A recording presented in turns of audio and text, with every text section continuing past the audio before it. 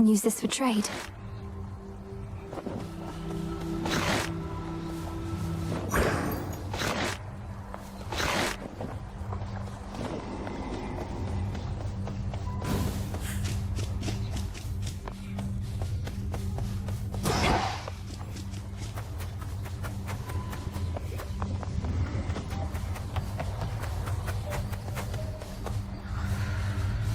Hail, Shades. Our fight is just getting started.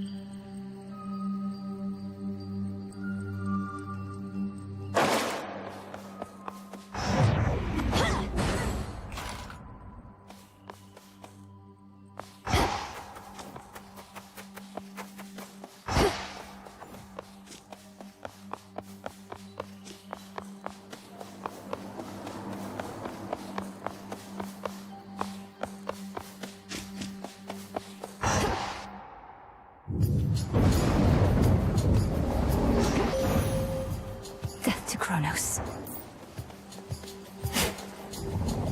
Some nightshade seeds. I bid you shine for me again tonight.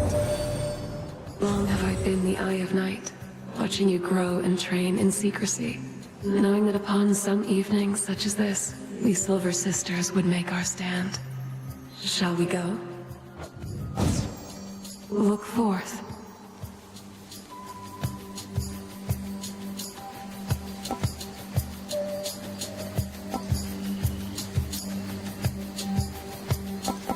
Moonwater. Together we shine. As you require.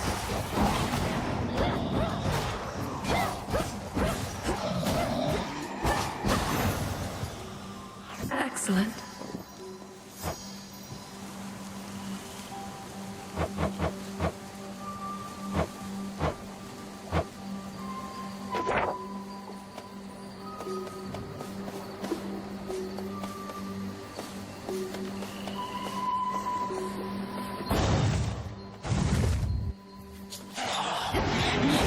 They never learn. Back to dust.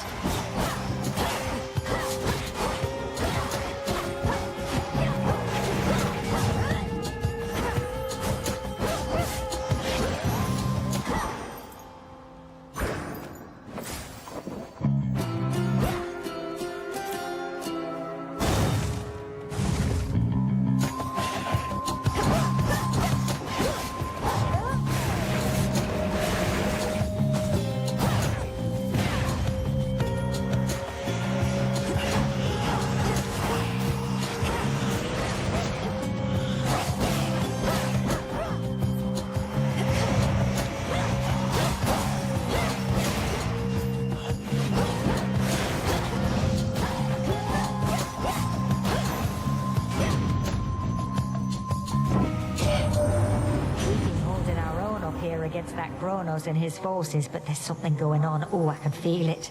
Whatever the Titan thinks he has in store, however, I suspect that it can burn.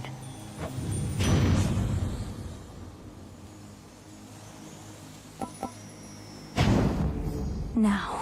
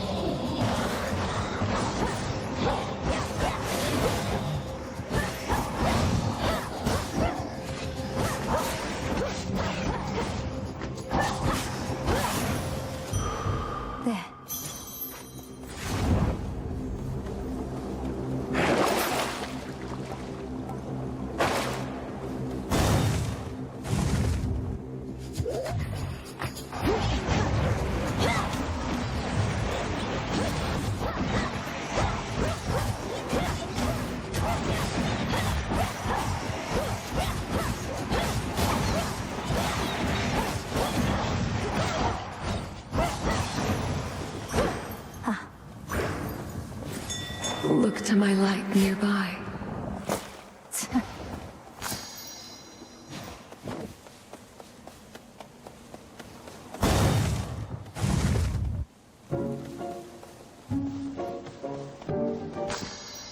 Another Moley.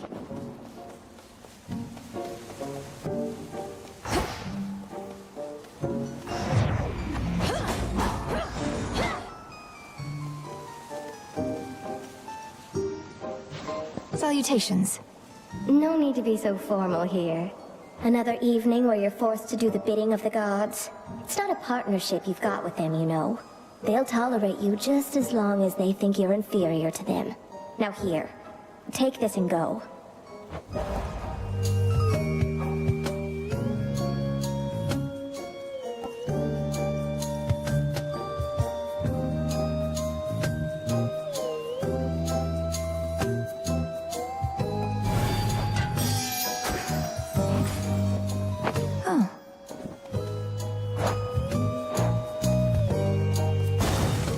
Keep on spinning. The shadow spiller's back.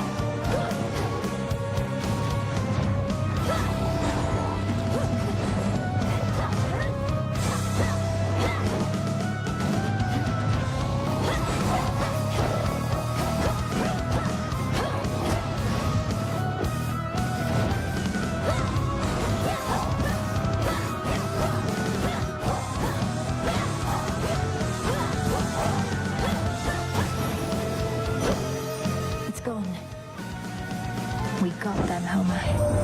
What shall become of our fair mountain, love? Just recently we felt such tremors as I'd not experienced before.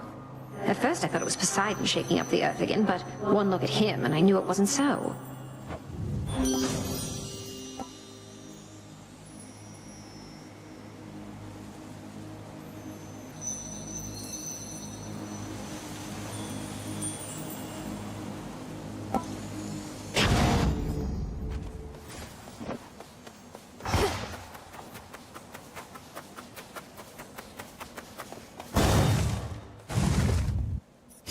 Yes.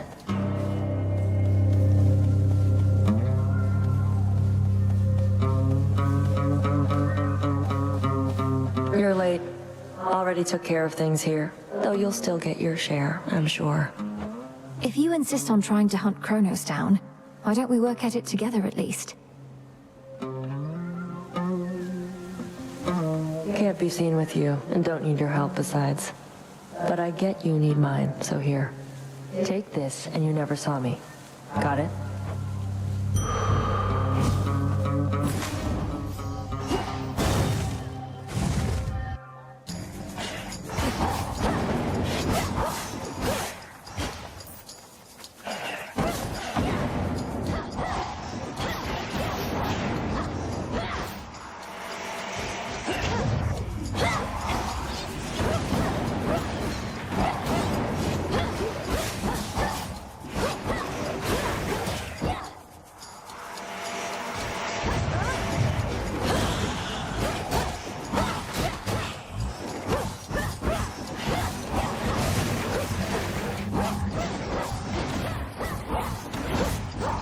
Well?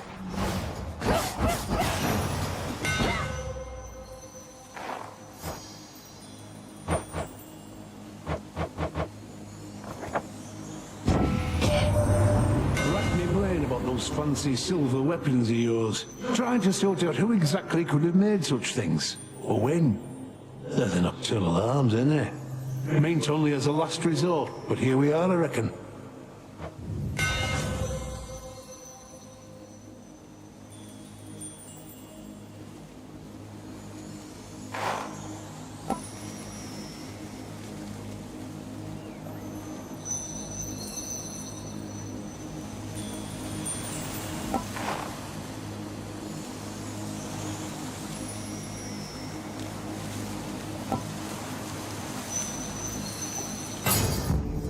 such strength.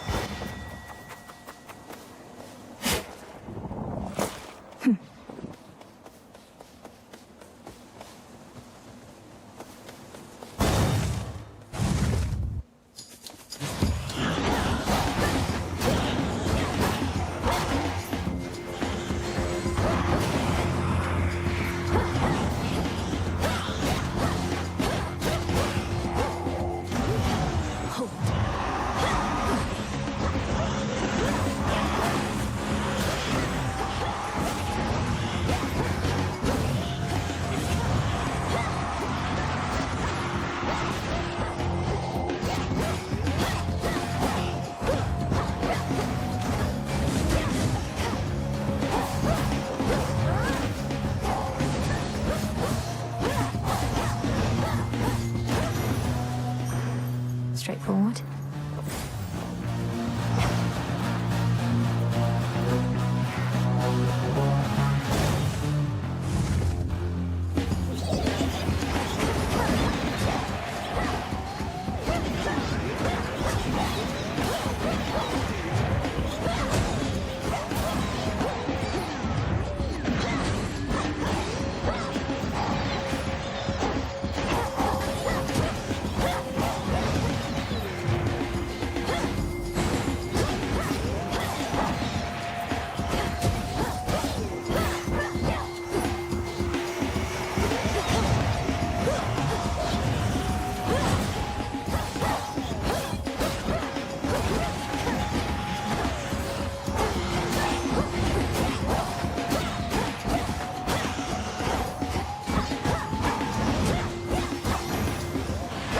Hermes.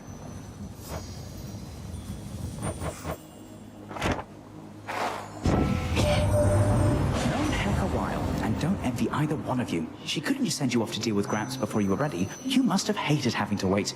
I know I do.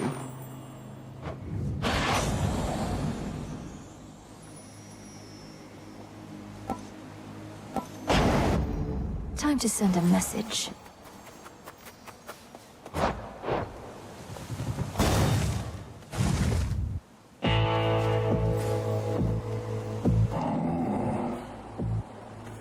Hear me, on my authority.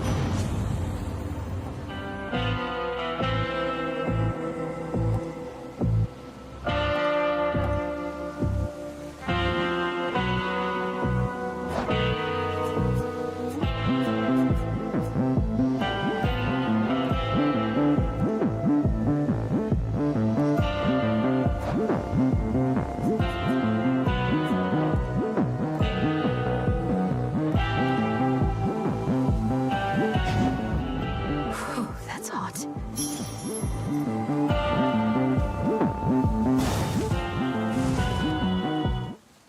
Sure enough. What's that you're brandishing? Ah, the nocturnal arms begin to show their myriad colors. The silver, you well know, is but one. Each of the aspects of the arms of night represents a bearer from another time. I'm still learning the full extent of what they can do. And I suspect you shall continue doing so. If nothing else, this ought to make things further interesting here for the both of us. Cross flames awaken!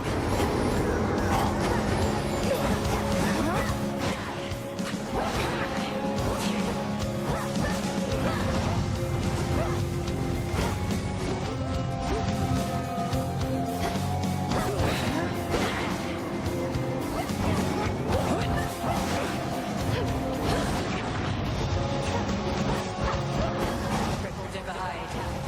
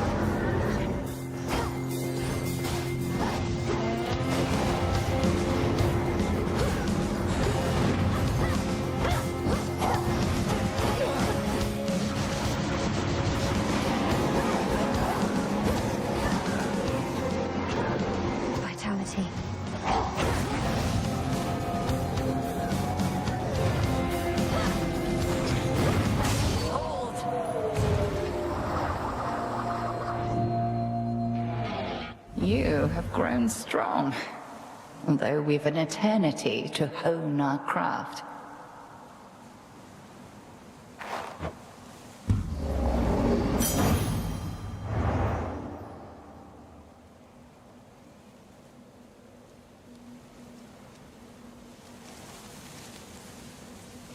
Cinder. Look carefully about.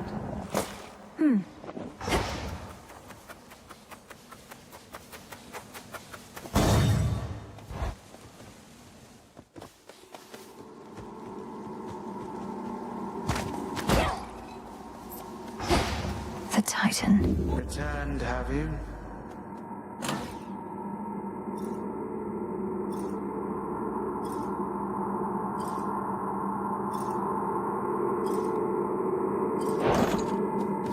The goddess of the hearth has blessed you now. There is no flame which time cannot extinguish soon enough.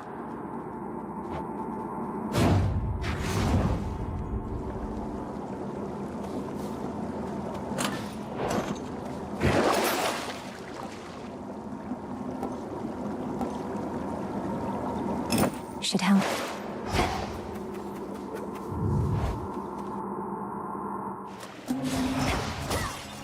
At least my feet are clean.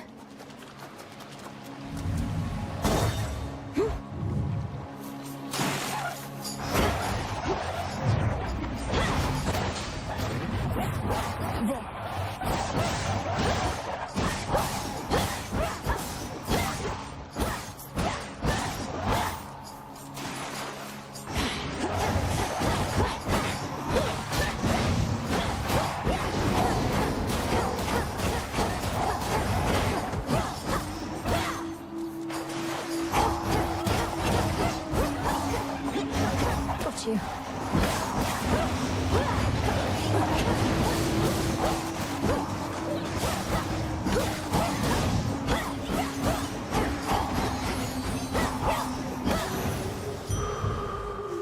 There.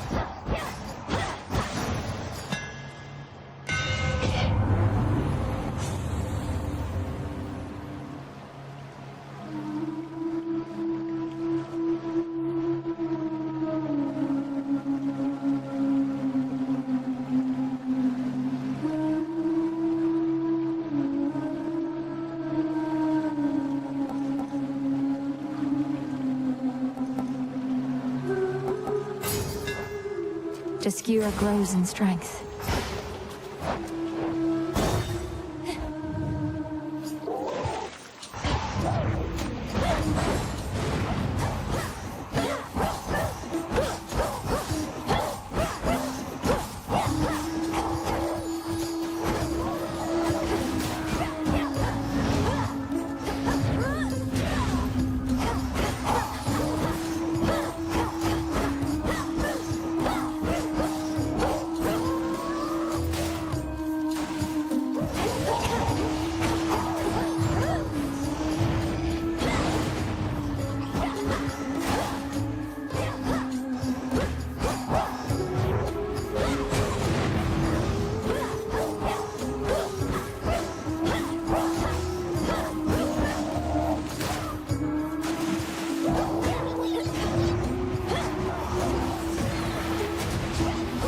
Water spouts activated.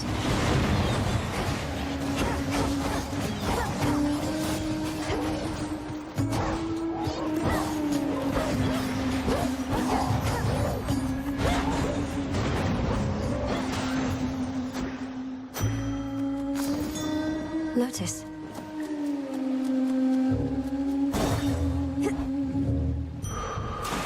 A moment of reprieve. Not thirsty, but hey.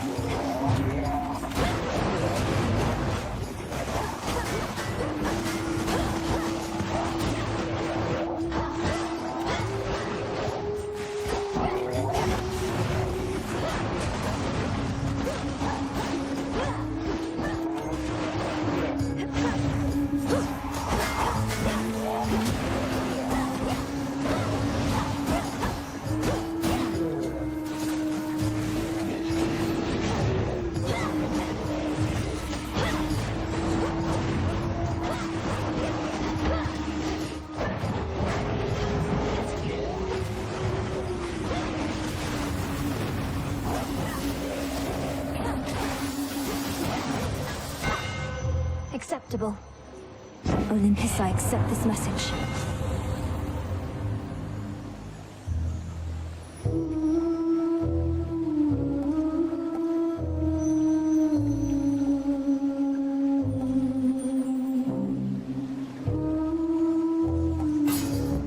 Greater might. By my father's name.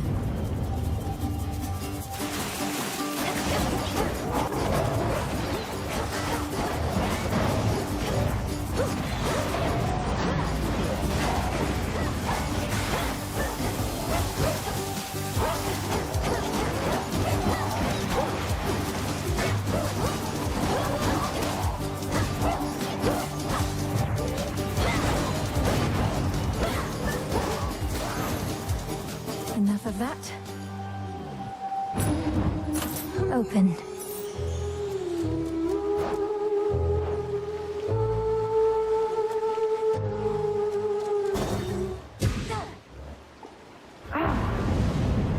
This never was your father's realm.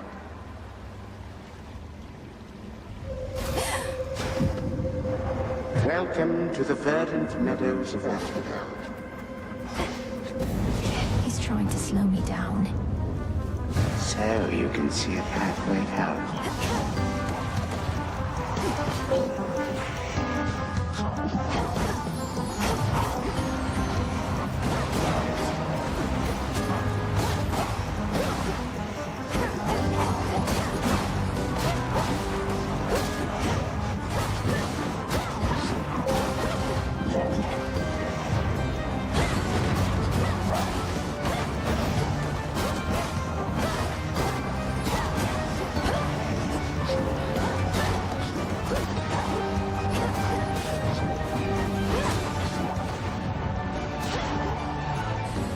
You wish your nightmares to become reality?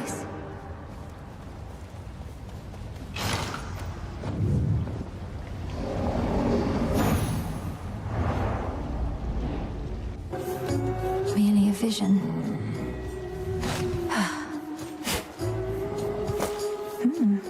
You've sailed far from your usual course, boatman. Not solely on my account, I trust.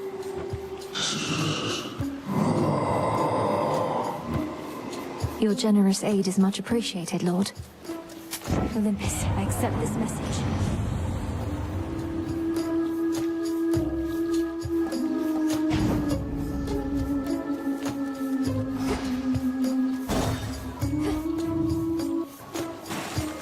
She's back. So tell me, lady, how is it that you seem to know our tricks? Other than the part where we keep playing the same act. Usually it slays. The great tactician Odysseus says hello. Told me all about you. You claim you never let anybody get away. Though I understand, all but 6 of his hapless men got well away from you. Odysseus? Oh, he's still on the hook. Big fish like that just takes a while to reel in, as he might say. Our song must still be bouncing around in his pretty little head. And now for yours. This song's called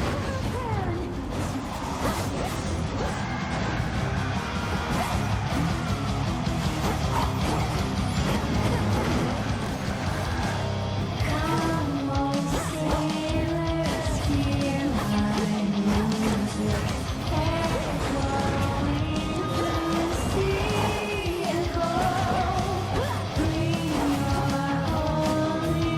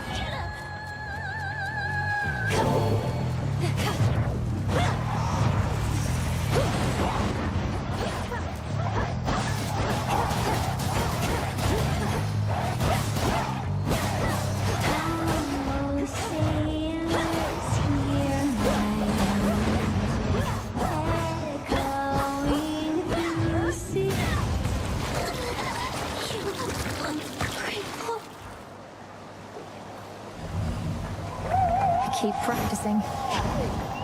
Another pearl.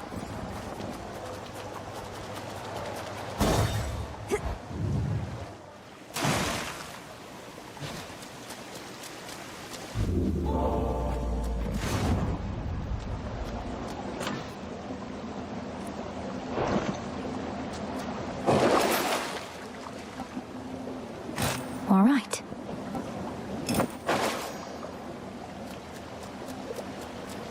Time to dry off. All this sorrow.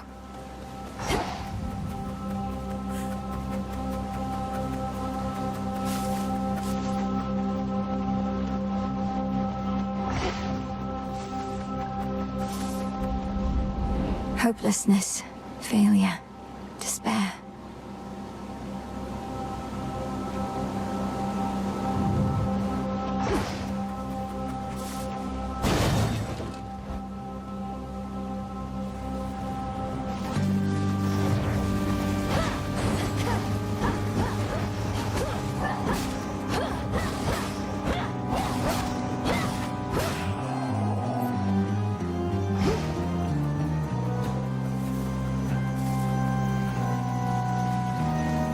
Illuminate my path.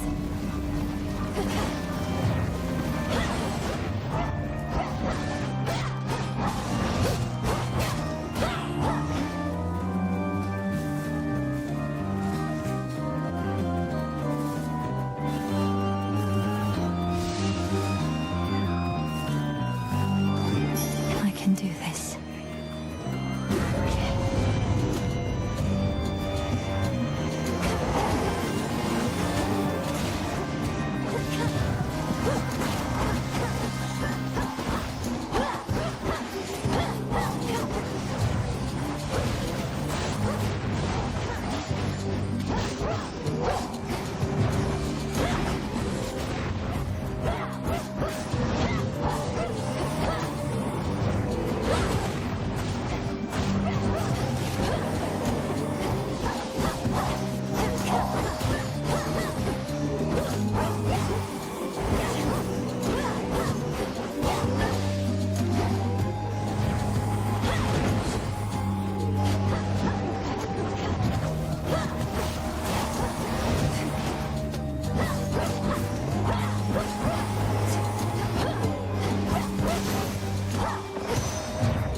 Cleared up.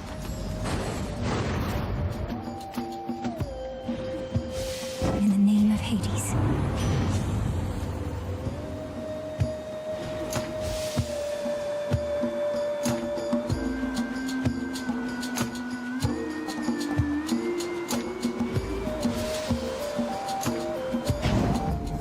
Fired up.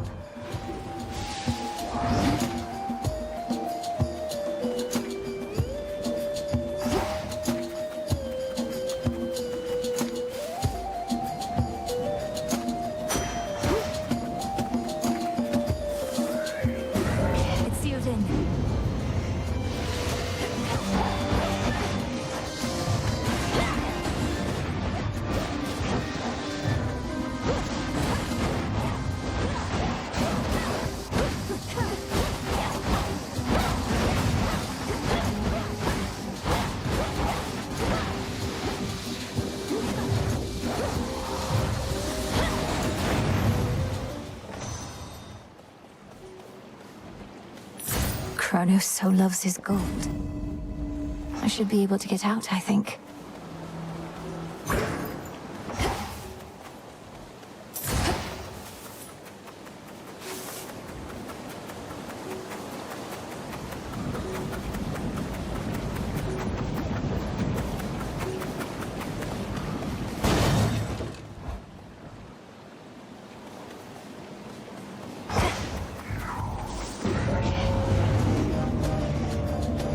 Smackers.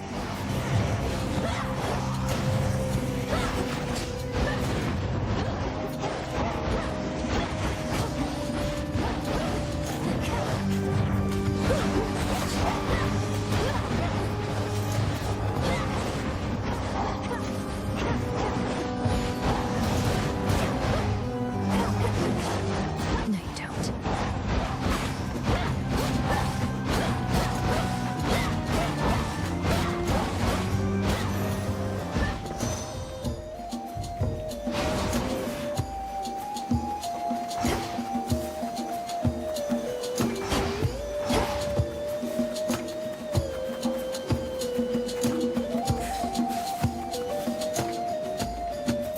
Lord Charon will want this.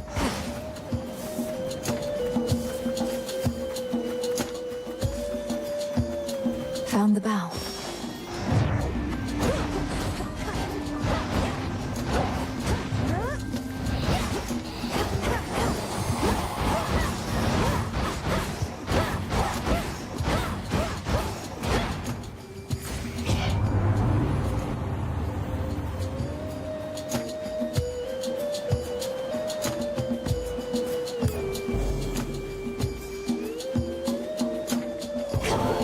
Better.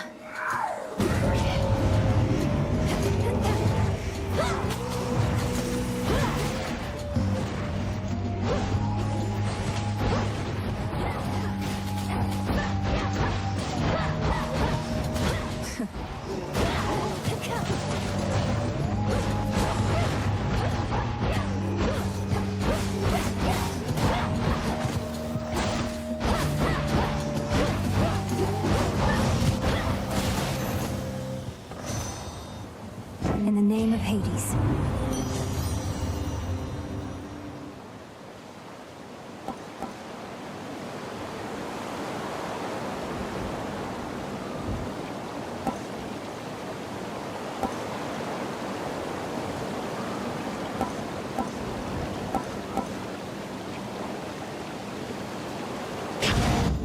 This feeling, oh.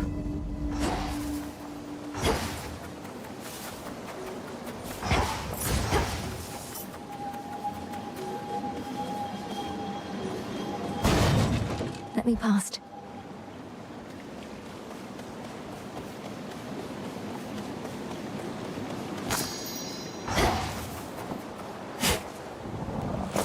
Oh. Echo, good evening to you. Good evening to you. Evening to you. Evening to you. You know, you're never around when the boatman Charon's in the area. Fear not, for he's a friend. Though not always easy to talk to. Always easy to talk to. Easy to talk to.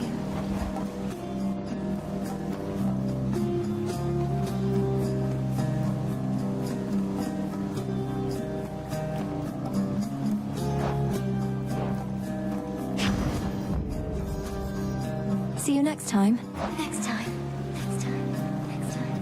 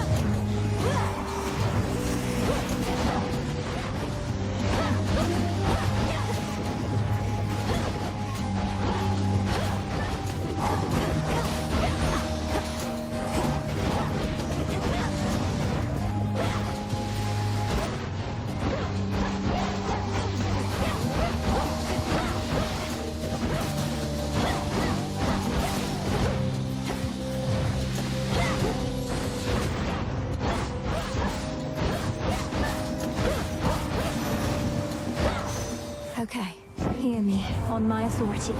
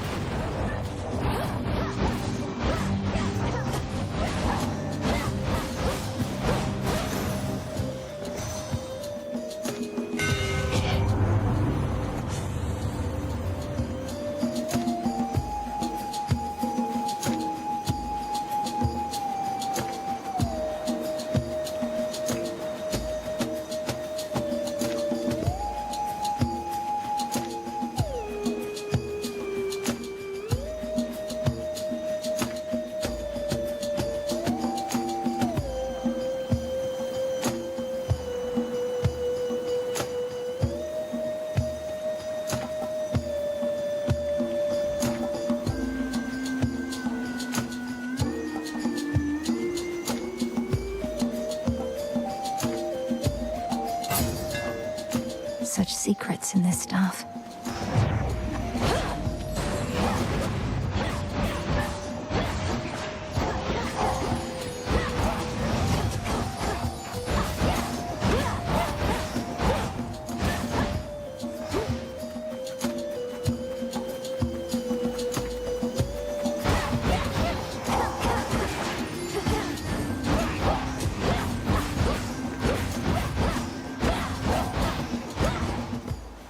Show me the way.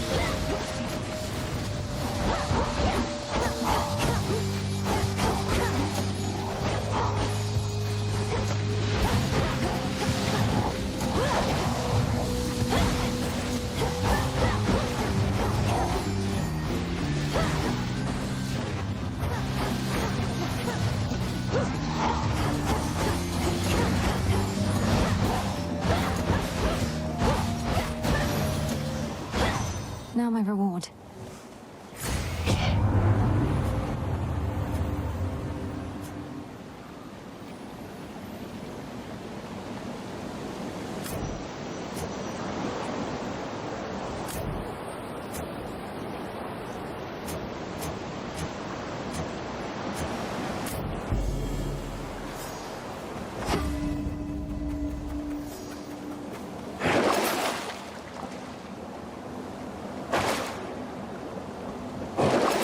Let's see here.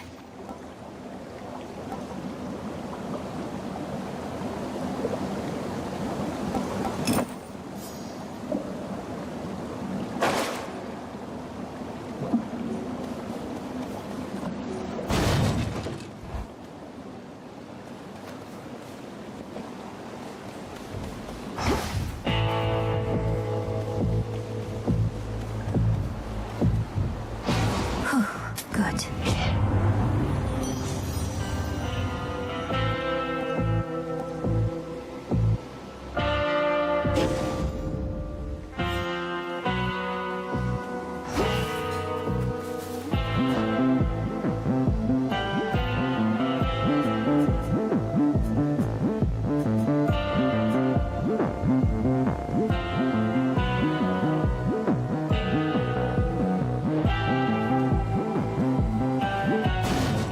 Until we meet again.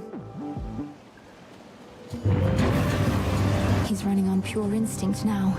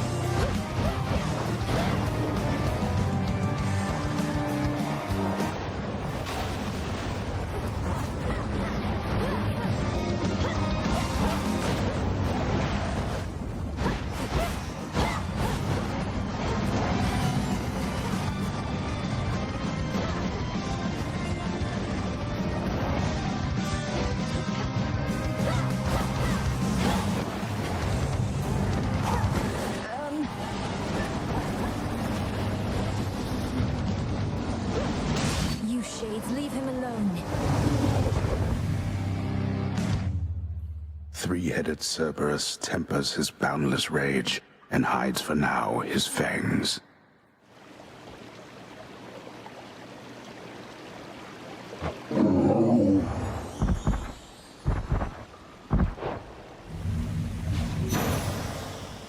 Return now to your master and abode.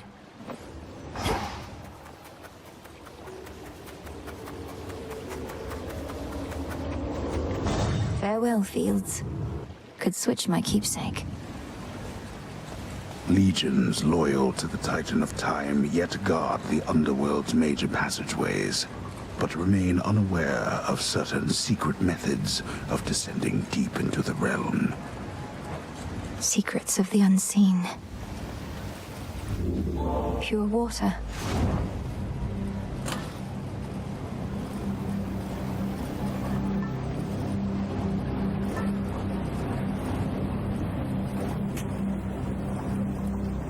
Very well.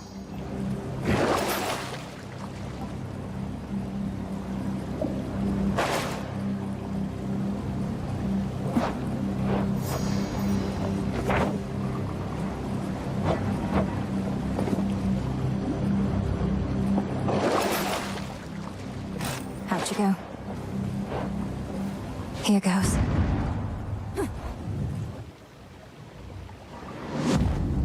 Ground floor.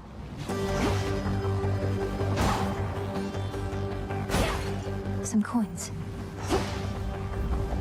Such an infernal racket around here.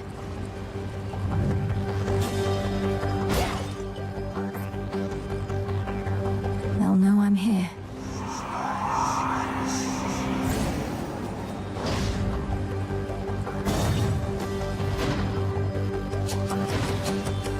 I shall be anticipating your arrival.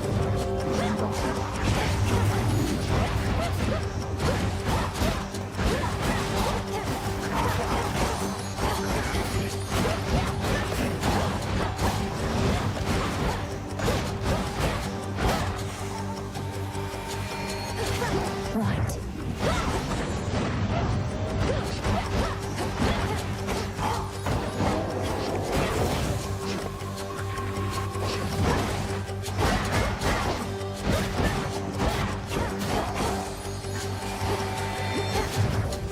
You'll burn.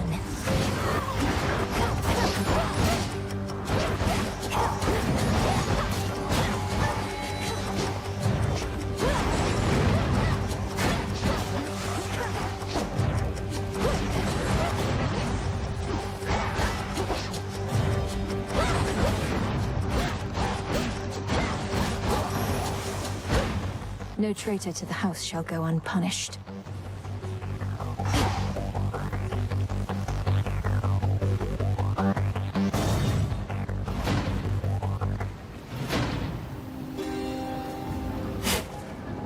There's nothing here of use. Greetings, Father. May moonlight guide us. Here. I know not how you withstood the Titan if truly you confronted him. Quickly now, tell me about this. Have you been... Are you well? Am I... well?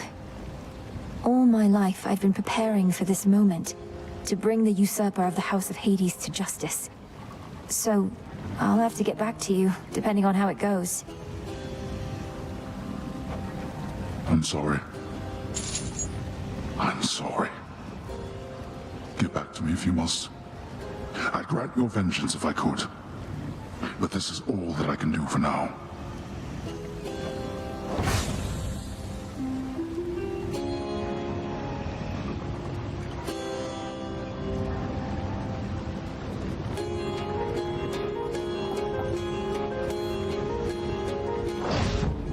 Go. Three-headed Cerberus eyes every surface of the chamber, all at once.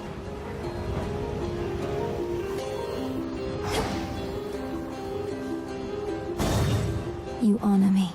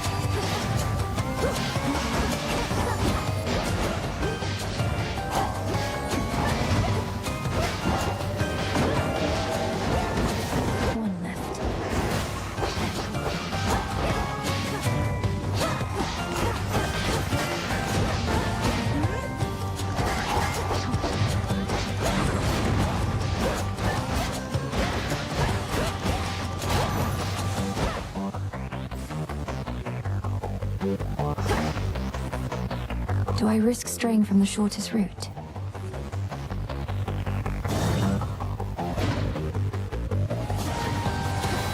Let's go, you sack of filth.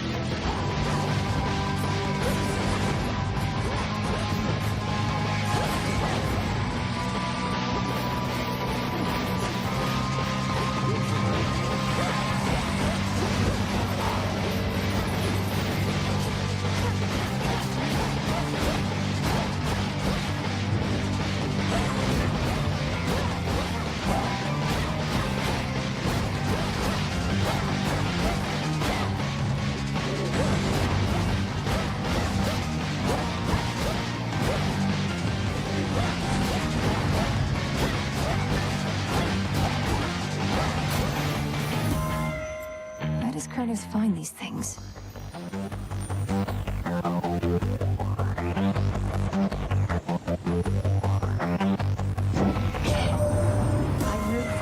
We cannot stand on ceremony whilst our entire way of life is under threat. Yet surely my dear son Hephaestus here need not be so uncouth at every opportunity. Not like you ever taught me proper manners, Mum. Fortunately, I did learn a couple things, even without having a role model like you or Dad around to set me straight. Just watch. And witchy too.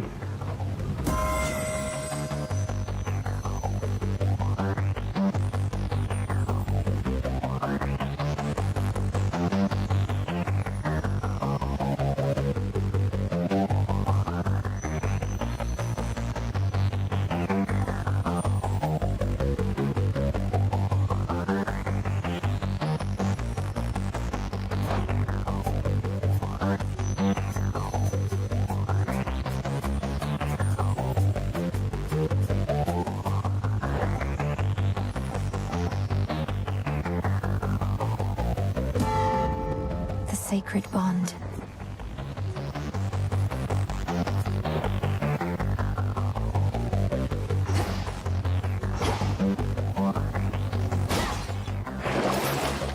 An even trade.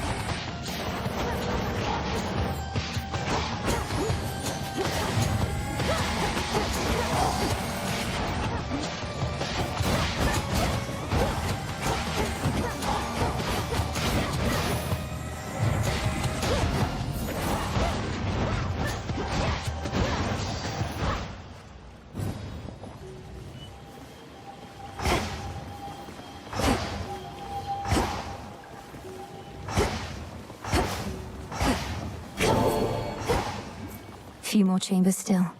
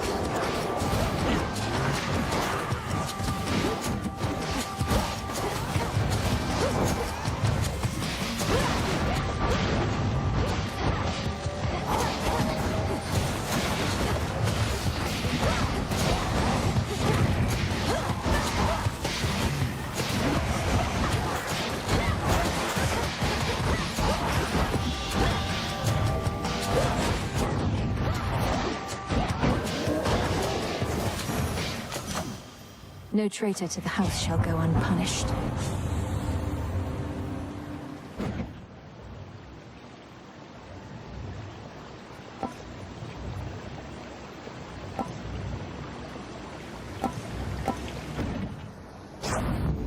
Sure.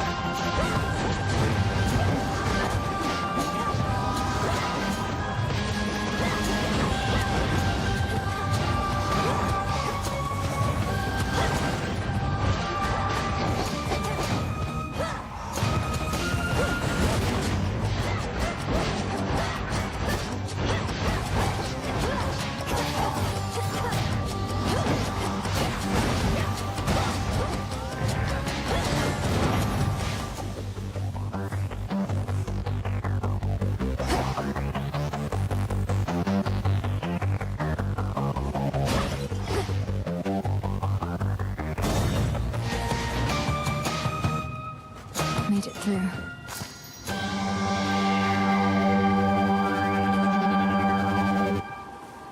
In the name of Hades.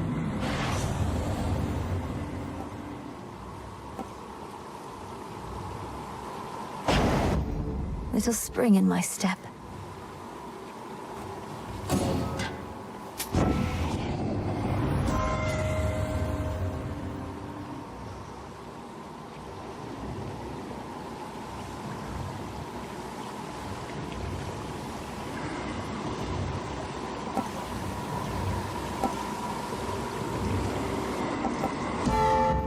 There. The tyrannical Titan's stolen fortress beckons, for the moment undefended and exposed, either because his forces have been scattered, or his certainty of victory complete.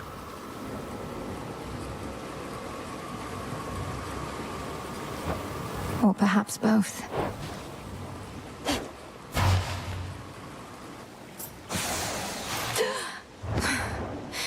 I'm home. Hello, my girl. I thought all the chthonic gods opposed you openly. But you persuaded Eris, of all creatures, to your side. A laughable alliance, though not bad for sowing more destruction and dissent. I am owed credit for a great many things, my girl. But not for any such alliances with strife. What use have I for Nyx's youngest whelp? Although perhaps she is no fool, if she has rallied to my banners, as you say.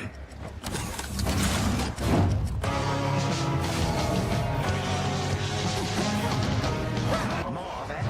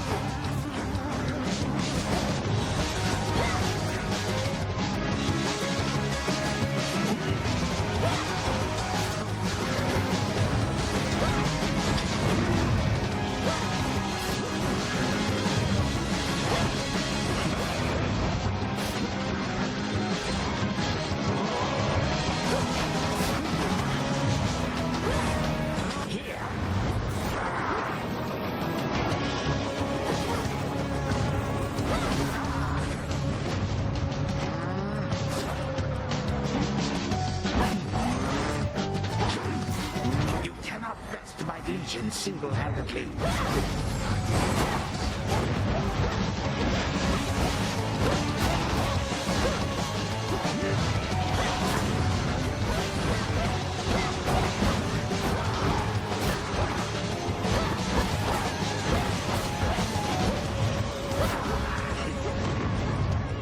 Behold.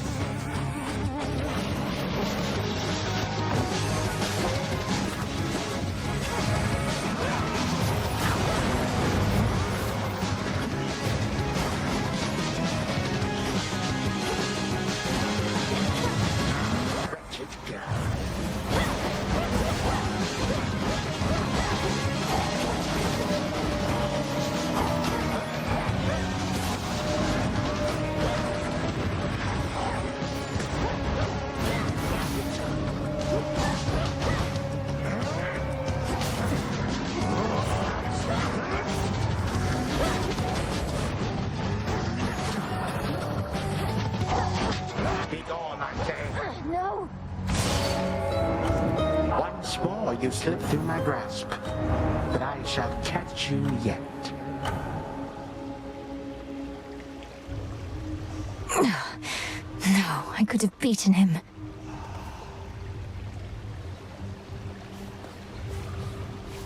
Kronos underestimates me still, which means I have a real chance to vanquish him. Well, look at you. Getting crowded out there. More shades, guy with the horns. I don't like him, Mel. Not one bit. As we grow in numbers, we grow in strength. What's your concern with that? Don't like to share. Except this tent. I don't mind sharing it with you. Most of the time. I'm honored.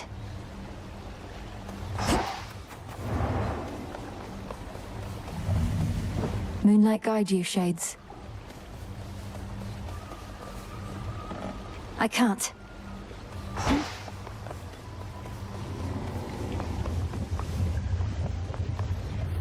Nevertheless, I feel as though I ought have been there, brother. Perhaps I could have protected them, as was my charge. To think the fates themselves may have denied me the attempt. It's discomforting that I may never know.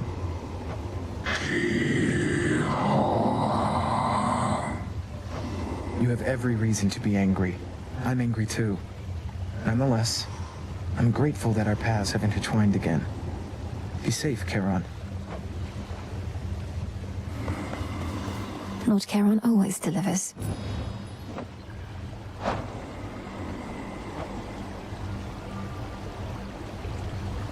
Should be here soon enough. Don't worry, you didn't miss much while you were out. A lot of standing around, chanting prayers for your victory and protection. How'd those work out for you, by the way? Fine, thanks. And your own lack of support is a more significant motivator than you realize. You know all about lack of support. A moment, Goddess. You asked before about how I managed it. The pressure to always prevail through what, in retrospect, were many terribly exciting scenarios, all whilst bearing the burden of so many others' expectations and my own. You said you always believed there was a solution, a positive outcome that could be discovered and achieved. I've been thinking about that. Good. But it occurred to me there's something else. 'Twas love that drove me on. The great war that earned me my place in Elysium. I wanted desperately not to go. To stay with my wife and then newborn son. You were left with no choice but to fight. So you held to hope that someday you'd see your family again. Sound familiar, does it? Come along. How's the soil? Good?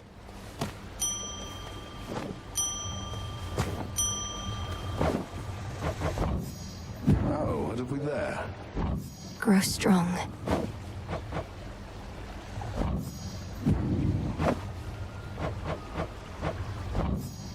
Our garden flourishes.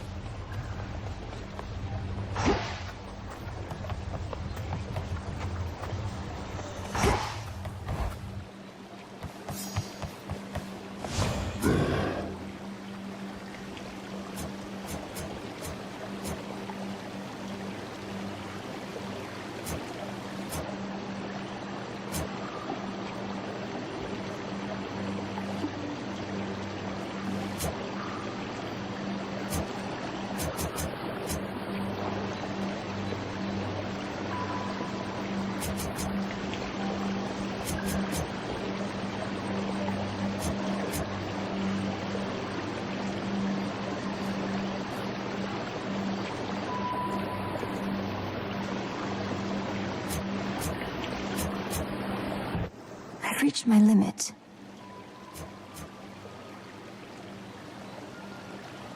Just as I thought.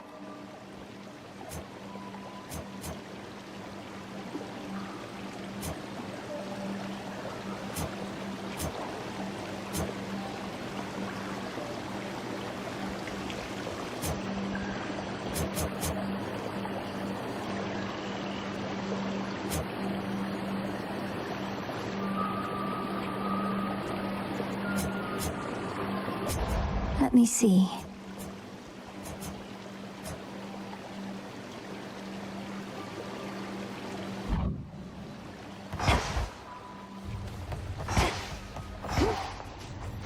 You're here, Lord Charon. What do I need? Fair trade.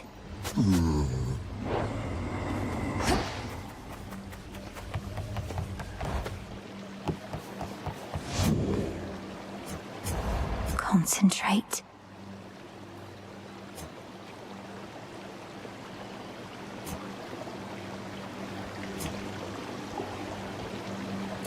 This potential.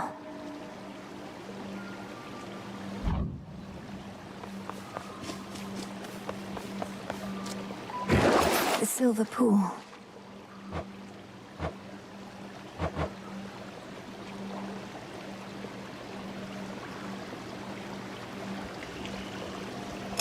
Grant me the aspect of Momus. I bet it's pretty good.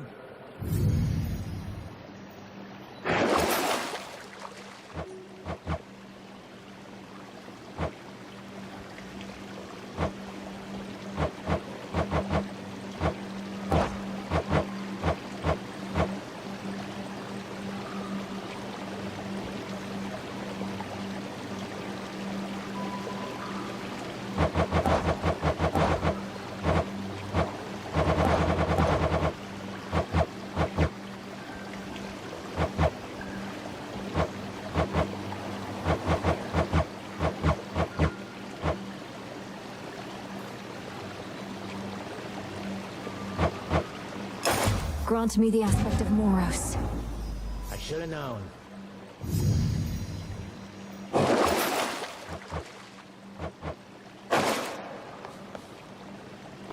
And that concludes our lesson for today. At ease. Hot stuff right there. Still not even a scratch.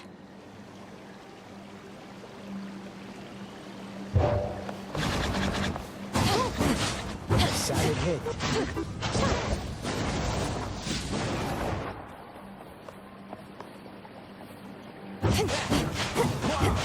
You all see that technique?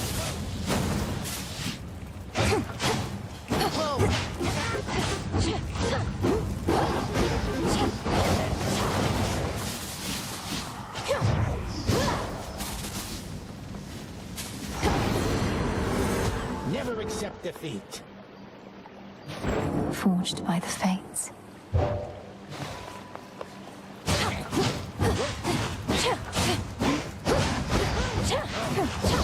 Keep those shades back there.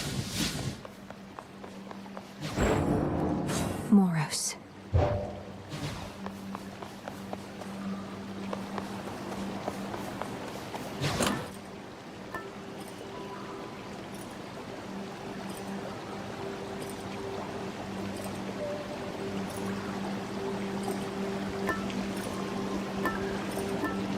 Sure.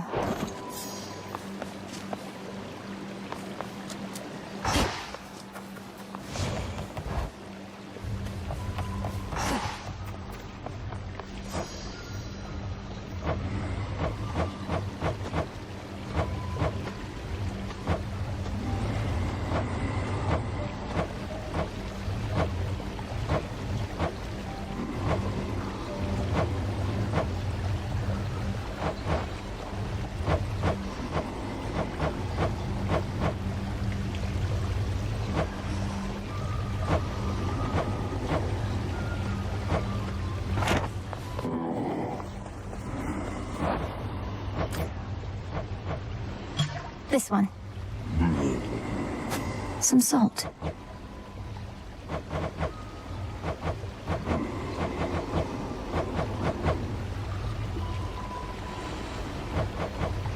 Trade you.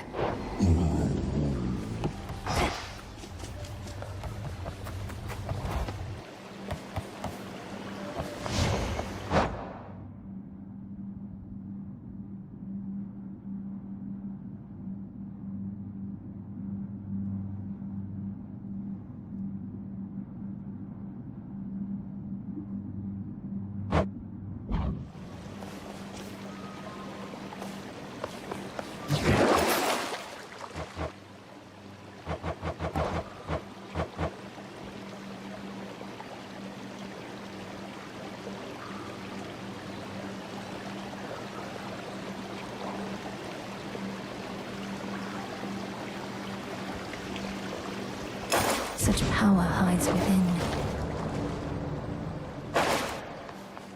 You. In service to the realm.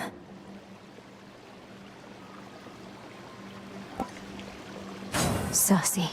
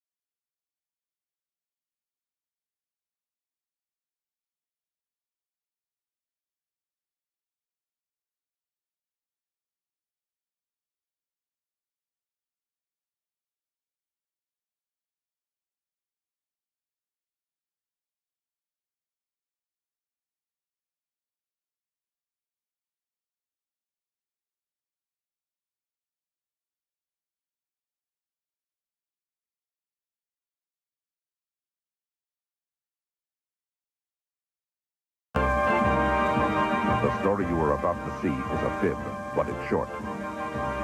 The names are made up, but the problems are real. It is Monday, 6:43 a.m., and school children throughout New York were playing the new schoolyard game, Brooklyn Bridge is falling down, falling down, falling down, as were the Manhattan, the GW, and the Triborough. I was commanding the day watch out of MathNet. If I sound a little nervous, it's because I'm Joe Greco. I'm not used to doing voiceovers. Pat Tuesday usually does them. But I had a task to perform. A difficult task.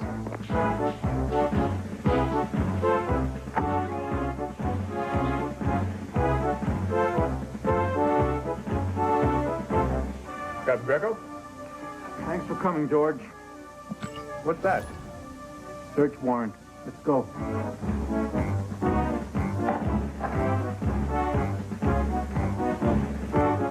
Hang on, Captain. You say you've got a search warrant, Chief? That's right. What are we searching? An apartment, George. If we're searching an apartment, we must be looking for something. That's right. What are we looking for? A bracelet. A very important lady lost it. May I be so bold as to inquire who? Hester Fester. Ever hear of her? Hester Fester? The ruler of that island? That's the one. What's the name of it? Mondo Yucky. Right. Mondo Yucky. She's a terrible person. No, that may be. But someone ripped off a bracelet, and we're going to look for it. She lost a bracelet? She's got a million bracelets, and a million pairs of shoes, and millions of dollars, and millions of starving peasants. She's an egomaniacal despot. Well, nobody's perfect, George. She's a nice person. She falls somewhere just beyond Adolf Hitler. Be that as it may, we're going to try and recover her stolen bracelet. Oh? We're meeting someone here.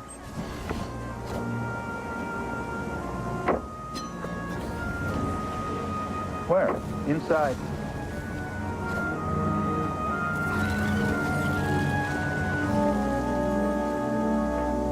I'm Odine Middleman. I'm Joe Greco. This is George Franklin MathNet. You know something? I think Pat Tuesday lives in this building. She does. Let's go. You mean we're searching Pat's apartment?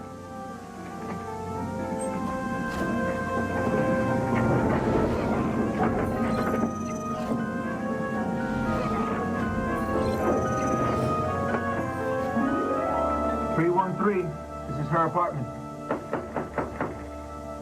It's also a palindrome. A palindrome? Like a sublet? A word or number which reads the same backward as forward. Who is it? Who is it? It's me, Pat. Joe Greco. Joe Greco? What are you... George? And Mr. Middleman? What's going on? We come in? Oh, please. Please. I'm afraid I wasn't expecting guests. The place is a little bit of a mess. I'll say. All man, all the time. You give us 22 minutes and we'll give you a world of man. Probably all wondering why I asked you here in the middle of the night. Pat, so, you admit knowing Odine Middleman? Admit? You know him, Pat? Yes, I've known Mr. Middleman for, I don't know, a couple of years. Why? Well, if he's done something wrong, I can vouch for him. He's a downright upstanding... It's not what he's done, Pat. As I told you on the phone with Captain Greco, Pat has been coming by my salon for some time looking at jewelry. Is that true, Pat? Yes, George, it is. I think you know I like to make costume jewelry. Costume jewelry? Yes, it's a hobby, Captain. I go to a number of expensive salons and check out the really beautiful, expensive pieces, and then I make up replicas at home. Bet you get some to charities or friends or... I see. Yes, but I don't see. Why are the three of you here? Recall when you were in my shop last Saturday? Yes, of course. Remember the lady who entered just as you were leaving? The lady you bumped into? I bumped into? She practically ran over me. Whatever. That lady was Hester Fester. So? So, she got ripped off. Somebody lifted a bracelet from her. Well, that still doesn't explain why the three of you are... We have a very sophisticated surveillance system, Pat, and it shows that Hester Fester was wearing the bracelet when she came into the shop. And what? And after you bumped into her, the bracelet was gone. You don't think that I... Oh, no, of course not, Pat. It's just routine. Routine? May we take a little look around? Gentlemen, be my guest.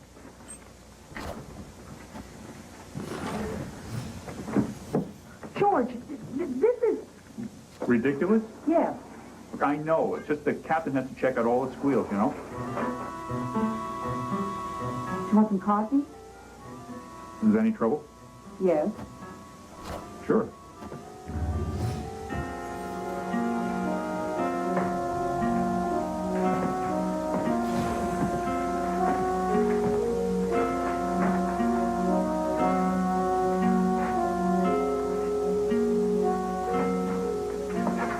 Who's this?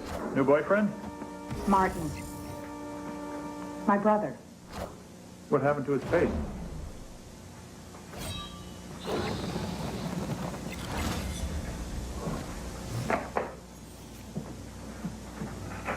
This your junk jewelry stuff?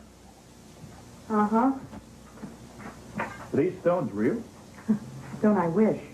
On my salary, I can barely afford the simulated jewels, let alone the real thing.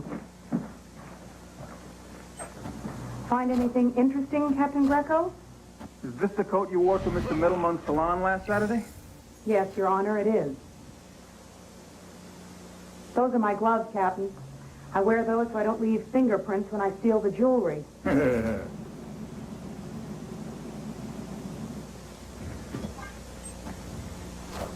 this? I've never seen that before in my life. That's the bracelet. You sure? Yes. Cross your heart, hope to die? I made it for Mrs. Fester years ago. Certainly is an unusual piece. The shape appears to be a... Dodecahedron. Dodeca what? A dodecahedron, Chief. It's a three-dimensional figure that has 12 faces. Thank you, George. The dodecahedron is a symbol of Mrs. Fester's country. Each face has a letter on it. A, J, S, F. What do they mean? I don't know. And I remember when I made up the piece for her, I asked, but she said she didn't know what the letter stood for.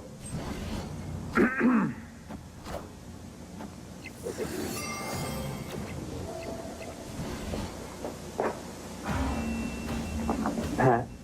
Pat? For goodness sakes, everything will be all right. I am Mrs. Fester. Hester? I hope we haven't troubled you. You have troubled me. She don't like to be troubled, neither. And you are? This is my associate, Marion Fisk. Just call me Mad Dog. Bad dog? Mad! Bad dog, mad dog. Sorry to trouble you, Mrs. Fester, but... But we need you to identify the bracelet if you can. Of course I can. Let me see it. Is this the bracelet that you alleged was stolen from your person on Saturday afternoon last while you were in the... Most certainly is. And I want whoever was responsible for stealing it killed. Sir, what are you doing? That's my bracelet. You won't mind if we hold it in evidence for the trial, I trust? No, she can wait a day. A day? I didn't mention it, George, but the trial begins tomorrow. Tomorrow? I thought the wheels of justice ground slowly. They have pushed the formal trial forward to accommodate me. I must return to my people for a mandated celebration. A mandated celebration, Mrs. Fester? What is it? A public hanging? Who are you? George Franklin, Massnet. You want I should hurt him for a long time, boss? That would be a bad idea, Mad Dog. We don't do things like that in this country. Too bad.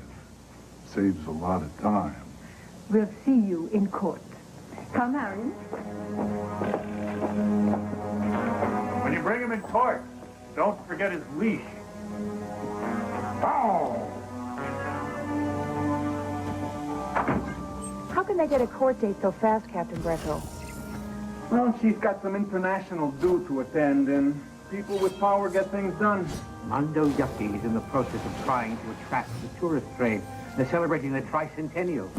300 years of repression? Yeah, something like that. Great. Less than 24 hours to prepare a defense for something I didn't do. Don't worry, Pat. They don't send innocent people to jail in this country. They don't, eh? No, and it's a good thing, too. According to this law book, for what you're accused of, you could do 7 to 10 years hard time in slammer. Yeah.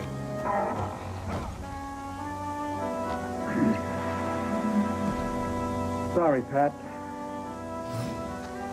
Pat Tuesday, I arrest you in the name of the law. You have the right to remain silent. Anything you say can and will be held against you in a court of law. You have the right to an attorney, which will be provided by the court if you can't afford it. Do you understand these rights?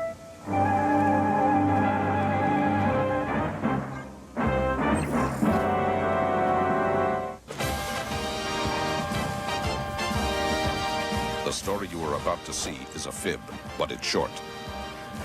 The names are made up, but the problems are real. It was Monday, 4:43 p.m., and strikes continued to plague the metropolitan area. The firemen were on strike, the firewomen were on strike, even the arsonist union was on strike. There would not be a hot time in the old town tonight. I was not working the day watch out of MathNet. My ex-partner is George Franklin. My ex-chief is Joe Greco. My name is Tuesday. I'm a mathematician in trouble.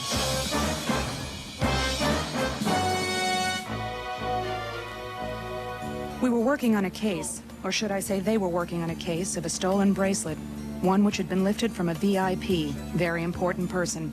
We decided to look at earlier scenes to get our thinkers thinking. The first I heard of the case was when I was paid a surprise visit by... Joe Greco, what are you... George? And Mr. Middleman? What's going on? We come in? They told me what was going on. They said a piece of jewelry came up missing in a jewelry salon 2 days ago. A jewelry salon where I had been, well, window shopping. Recall when you were in my shop last Saturday? Yes, of course. Remember the lady who entered just as you were leaving? The lady you bumped into? I remembered. No big deal. Then Captain Greco showed me a search warrant and asked to search my apartment. I was thunderstruck. Even more so when he showed me a piece of jewelry he found in my coat pocket. I've never seen that before in my life. That's the bracelet. You sure? Yes. And the next thing I knew... Sorry, Pat. Pat Tuesday, I arrest you in the name of the law. You have the right to remain silent. Anything you say can and will be held against you in a court of law. You have the right to an attorney, which will be provided by the court if you can't afford it. Do you understand these rights? Ready? 1, 2, 3. And gee, Benny. Let's look at the tape again. Okay. You want some coffee? Yeah. I'll get it.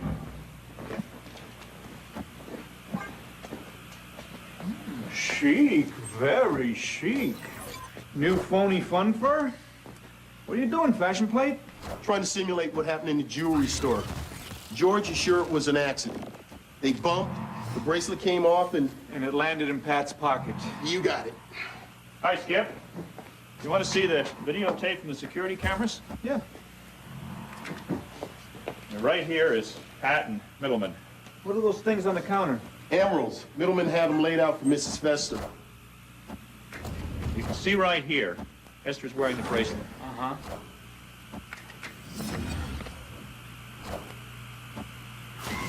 Right here. No bracelet. Right. My theory is, in the confusion after the collision, the bracelet must have fallen off and landed in Pat's pocket. Maybe. It's the only plausible explanation. Where's Pat, Captain? She'll be here soon. Thanks for putting up the bail money, guys. Anytime. It's always a pleasure to put a criminal back on the streets. Nice coat, Benny. Don't you think the hat's a little much? George and I are working on your defense, Pat. Oh? I'm going to defend you in court, Pat. But George, you're not a lawyer. No, I'm not. But I've seen the Kane Mutiny court-martial 3 times. You said you've been simulating the accident, George. Right. How many times have you run it? 40. And how many times has the bracelet landed in your pocket? Once. Are you saying that the probability of an accident like that happening is 1 out of 40? Not really. I'd have to say that an accident like that occurring is, well, improbable, but not without possibility. That has to be what happened. Right. Otherwise, I did it.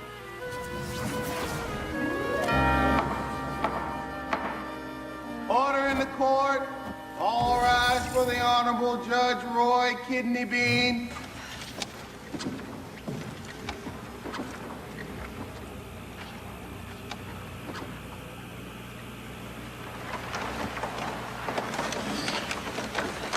Does the prosecution wish to make an opening statement? May it please the court, the prosecution will waive its opening remarks and get right to the evidence. We feel we have an open and shut case.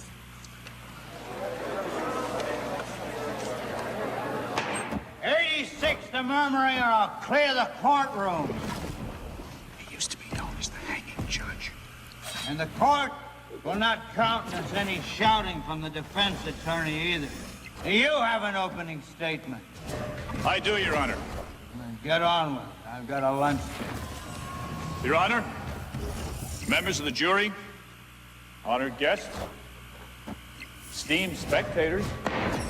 I'm warning you, frankly, if you put the jury to sleep, I'll hold you in contempt. Did you go to law school? No, Your Honor. My folks wouldn't let me. Hurry up. Yes, O guardian of justice. This case is not open and shut. It's open. My client has been accused of a crime she did not commit, and we intend to prove her innocence.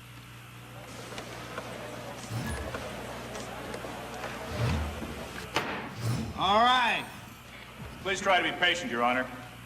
You are trying my patience, and this isn't even a malpractice.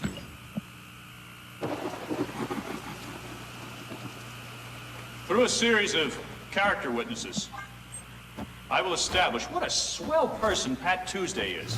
And then, through the use of a videotape sequence shot at the jewelry salon, plus expert testimony, you will see exactly what happened on that fateful day when my client was in the wrong place at the wrong time. Thank you. Let the prosecution call its first witness. The prosecution calls Mrs. Hester Fester to the stand.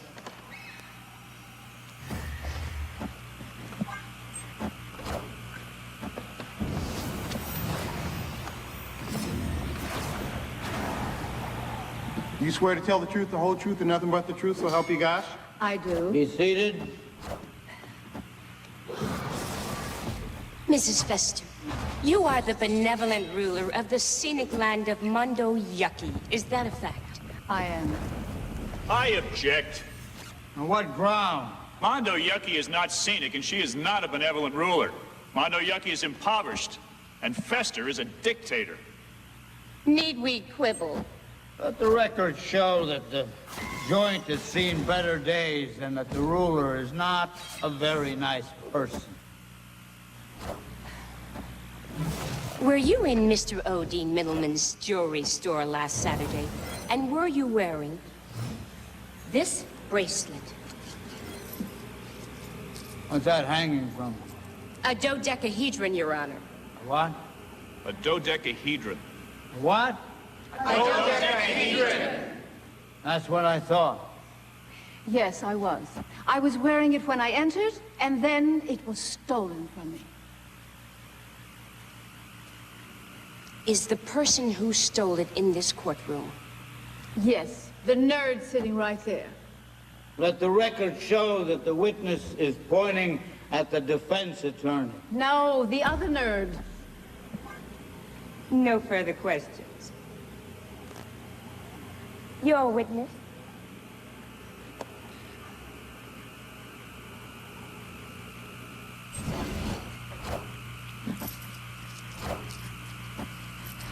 This is the bracelet you say was stolen from you last Saturday, Mrs. Gotrox?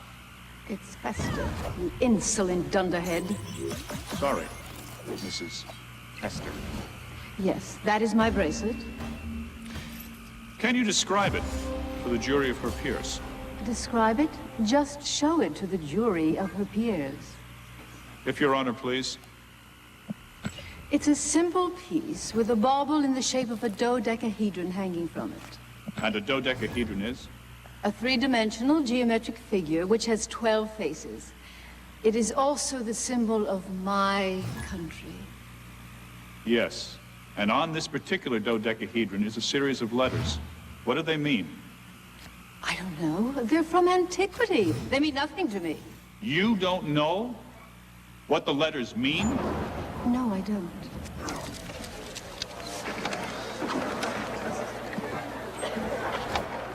I will allow that murmur because frankly made a pretty good point. I submit that this may not be the woman's bracelet. Whoops.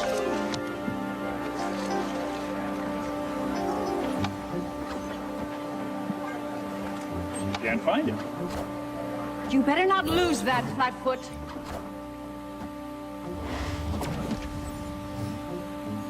Darndest thing. When I dropped it, it fell into my coat pocket. Isn't that funny?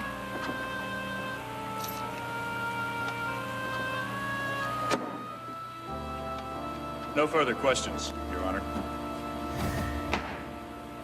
This court is in recess until 2 p.m. George, you are one smart legal eagle.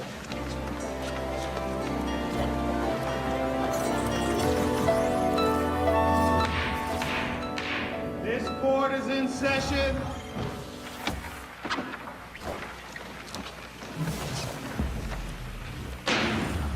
Call your next witness, Ms. Prosecutor. The prosecution calls Mr. O. Dean Middleman to the stand.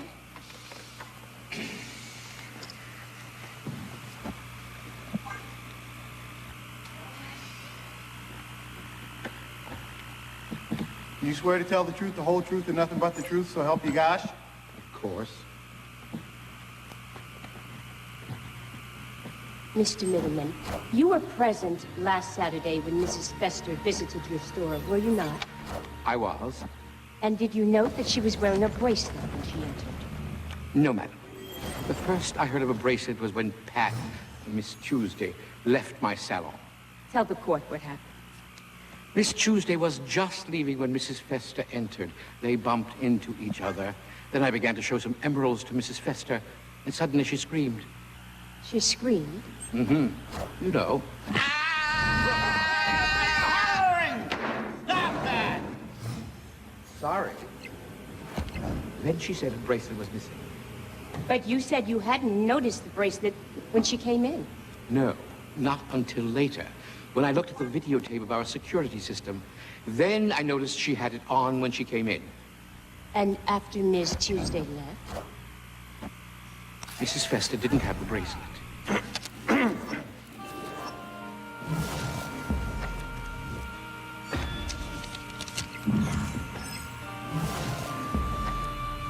Mr. Middleman, I've just received information that you had a phone call during recess, and that call may shed some light on this case.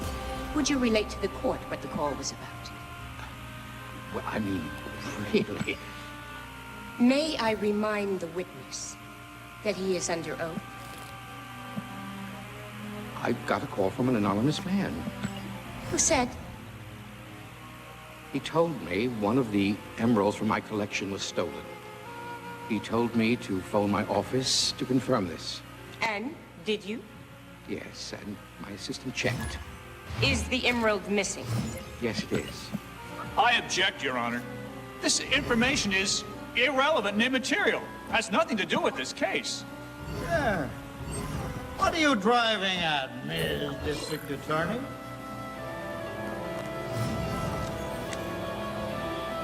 What else did the man on the phone say?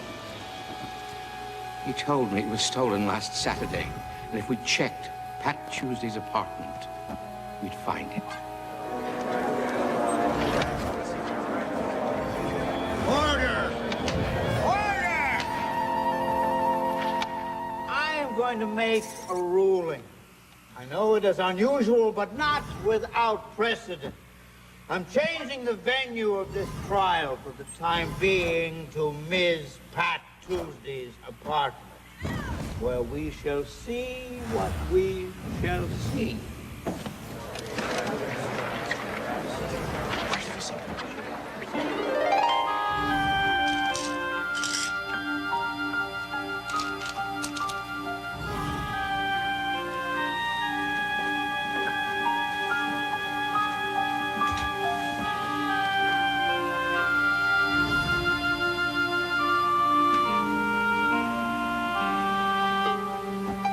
I've never seen that before. It isn't mine.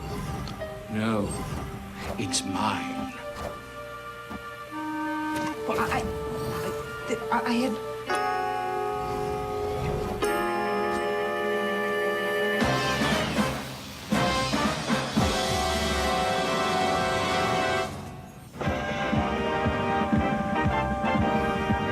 The story you are about to see is a fib, but it's short. The names are made up, but the problems are real. It was Wednesday, 9:43 a.m., and the trendies of Manhattan were spending thousands of dollars at diet salons, which were designed for people who like to lie down and inhale pure oxygen. Their slogan was, "You can vanish into thin air." I used to be working the day watch out of MathNet. My partner used to be George Franklin, and my boss used to be Joe Greco. My name still is Tuesday, and I'm still a mathematician, but a mathematician who's about to get her very own set of digits. Prison digits.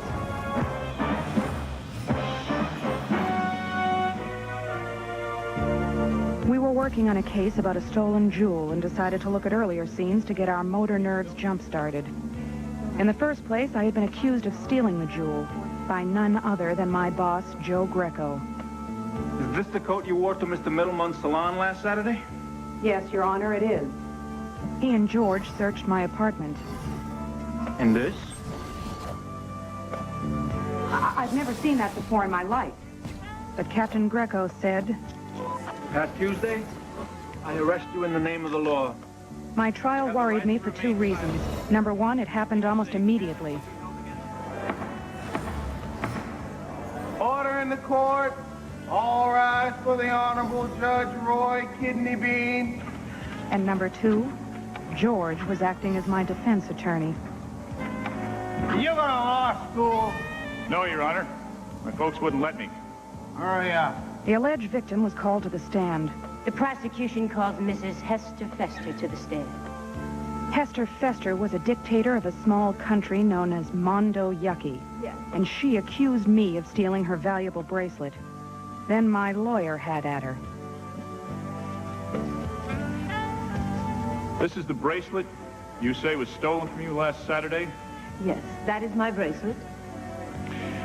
Can you describe it for the jury of her peers? Describe it? Just show it to the jury of her peers. If Your Honor, please. It's a simple piece with a bauble in the shape of a dodecahedron hanging from it. And a dodecahedron is? A three-dimensional geometric figure which has 12 faces. It is also the symbol of my country. Yes. And on this particular dodecahedron is a series of letters. What do they mean? I don't know. They're from antiquity. They mean nothing to me. You don't know what the letters mean? No, I don't. I submit that this may not be the woman's bracelet. I was feeling better until the prosecution called the salon owner and my friend, Mr. O'Dean Middleman, who said he received a call saying another precious stone was missing and would be found in my apartment. The judge said, I'm changing the venue of this trial for the time being to Ms. Pat Tuesday's apartment, where we shall see what we shall see.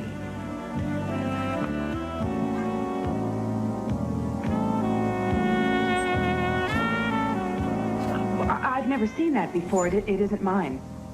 No, it's mine. Pat out again? Yep, she's out on bail. But of course, She's suspended from the force. that's the way it goes. No play, no pay. I filed an appeal. Good luck. Come on, Captain Greco. You know Pat didn't steal that stuff. Sure. Everybody knows she didn't. Except that jury of her peers. I've never seen one come back with a verdict so fast. 15 minutes. They barely got out of the box. And the sentencing is Friday. Anybody want to sublet my apartment? For how long? 7 to 10. Hi, Pat. Don't give up hope. We'll get to the bottom of this. I think I am at the bottom of this. Want to get that, Pat? I can't, George. I'm under suspension. MathNet, frankly. Who? No, he's not here. What is it? I see. I'll be right there. That was Louis Jarris. He works for Mr. Middleman. He says he has some interesting news. He wants to see me at Middleman's salon. Want to come, Pat? May I? Okay. But do me a favor. What? Don't steal anything, okay?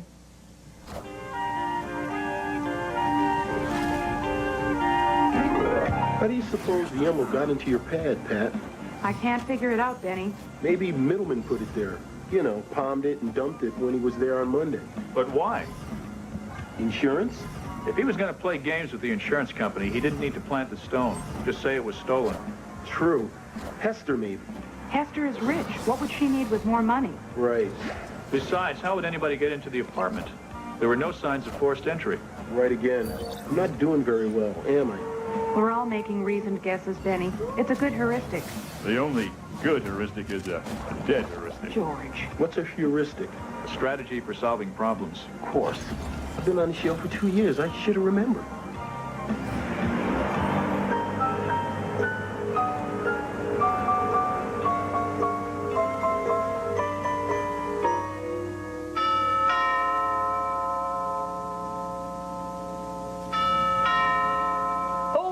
Ringing the bell outside there that makes it go ding-dong, ding-dong, ding-dong inside here. George Franklin, MathNet. Oh, good. Oh, good.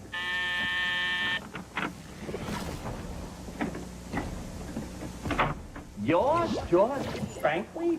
Boy, you're as big as 3 people. We are 3 people. This is Pat Tuesday and Benny Pilt. And you are? I am? Oh, I am. I'm Louis Jarris. I work here. You said you might have some interesting information about jewels. Then it must be true. I'm not a kid who guys around about jewels. I mean, I am not a guy who kids around about jewels. What's this, a valuable emerald? To the naked eye, one would think so. Sorry, Miss Tuesday. I didn't mean to talk smutty. Uh-huh. You mean it's not a valuable emerald? It used to be, but it's not anymore. May I? I promise I'll give it back, okay? Did you tell Odine Middleman about this? I tried to. What do you mean? I said, oh, Dean, but he wasn't here. What are you talking about? Have you ever heard of the Bile Emerald? No. It's worth a small fortune, and Mr. Middleman owned it. It was displayed for Mrs. Fester last Saturday. That's right. And this is it? No, this isn't it. What is it? It's paste. Paste? A phony. How did you discover this? I work for a lot of companies in the jewelry district doing inventory and stuff like that. But when you take inventory, don't you just count the merchandise you have in the store? Yes, but I have a GG degree. GG? Graduate of gemology. So I do more than just count. I knew the bile didn't look right. You could tell if it's a fake by just looking? Sometimes, but to be sure, I threw it on a refractometer. A what? A refractometer. That is an instrument that can tell me how much a light beam is bent when passing through a gem, which tells us whether or not it is genuine. So you determined this was a fake? Yeah. When was it stolen? Beats me. How much is the Bio Emerald worth? Oh, 200 at the long green. 200,000. That's a big loss. Oh, heck, that's nothing. Another guy I work for had a diamond switched on him last month that was worth $3 million. You mean a fake was put in its place? Yep. Did the owner know when it happened? Not for sure. It's a mystery, huh? Sure is. By the way, Louis, was the emerald I was supposed to have stolen replaced by a copy? Nope, it was just gone. And I know it was swiped on Saturday, because there were 26 small emeralds surrounding the vial on Saturday. I counted them. And then Mr. Middleman called. You counted them again, and 25 emeralds.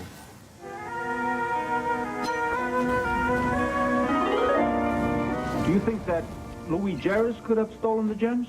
We checked him out, and he's A number 1. Above reproach. He's a nutty gemologist, but he's honest. How about Mad Dog Fist? Well, he was there all right, but Middleman was with him the whole time. I did request a background check on him from Interpol, but it hasn't come in yet. Where's the jailbird? Pat? She went to do some research. If we don't come up with something, she's gonna have plenty of time to do research.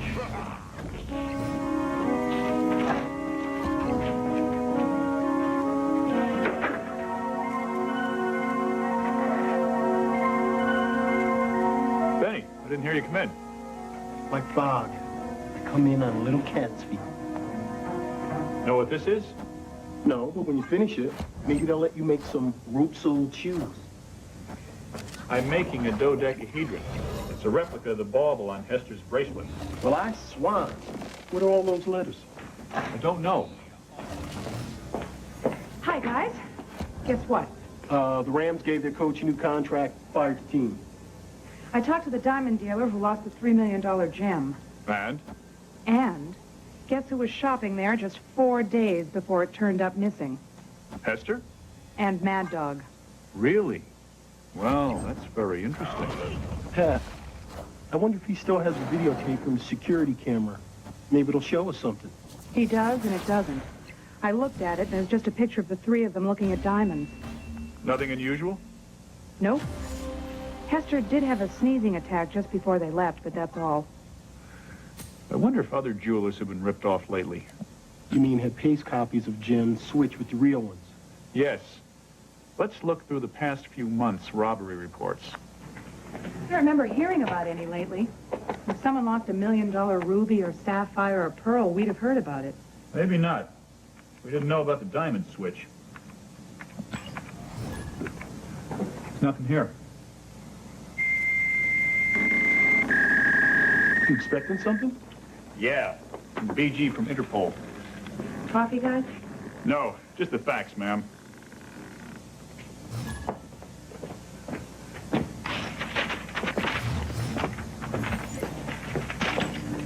Mad Dog was a mid-level military man. He was promoted by Hester's late husband, Nestor, as his aide-de-camp. Says here he was an amateur photographer and was awarded the Croix de Bureaucracy for having scheduled endless meetings throughout the government of Mondo Yucky.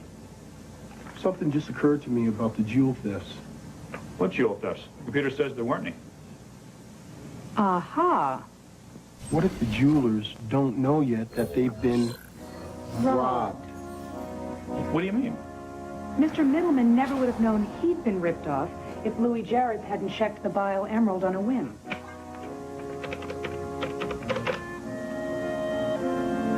Hello, Louis Jarrett. We'd like to see you at MathNet.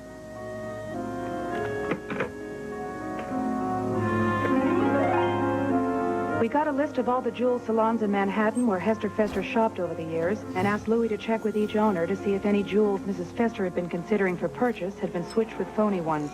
Maybe some of the security cameras would have taped the switch.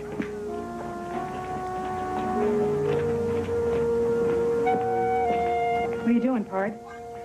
There's something with the letters on the dodecahedron that we haven't figured out. A code, maybe? Maybe. There's a lot of things about this case we haven't figured out. Yes. For example, how does Hester Fester buy all that stuff that she buys? What do you mean, Captain? We ran a credit check on her. And? She's flat broke.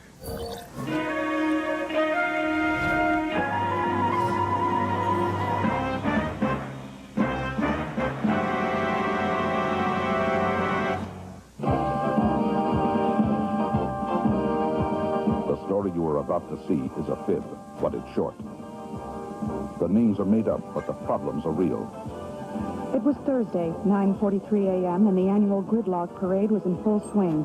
It was a quaint festival in which pedestrians in Manhattan dressed up as their favorite automobiles and stood in the middle of the street. I would have worked the day watch out of MacNet. My partner would have been George Franklin, and my boss would have been Joe Greco, if I hadn't turned out to be a convicted felon. We were working on a particularly disturbing case, which was quite involving. That's what had me particularly disturbed. I was very involved. We decided to look for clues in previous scenes to see if we had missed anything. It all started when the ruler of a country called Mondo Yucky accused me of stealing a bracelet from her. Were you in Mr. O.D. Middleman's jewelry store last Saturday? And were you wearing this bracelet? After my boss arrested me, my case came to trial, and the alleged victim said, Yes, I was. I was wearing it when I entered, and then it was stolen from me. Is the person who stole it in this courtroom? Yes, the nerd sitting right there. That's when Hester Fester pointed at me. No further questions. You're a witness? My partner defended me gallantly, but... Come on, Captain Greco. You know Pat didn't steal that stuff. Sure. Everybody knows she didn't, except that jury of her peers. I've never seen one come back with a verdict so fast.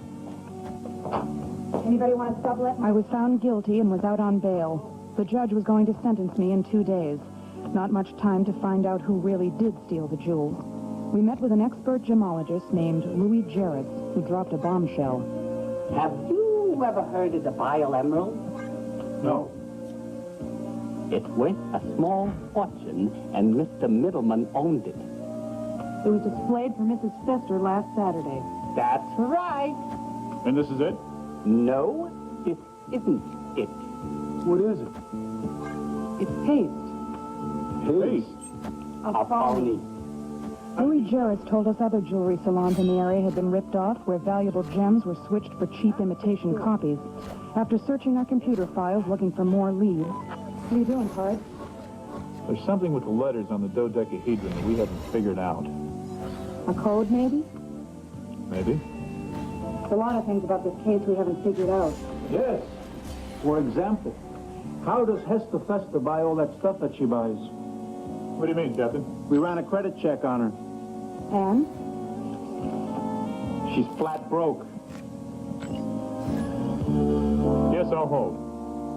Morning, George. What's this? For Martha.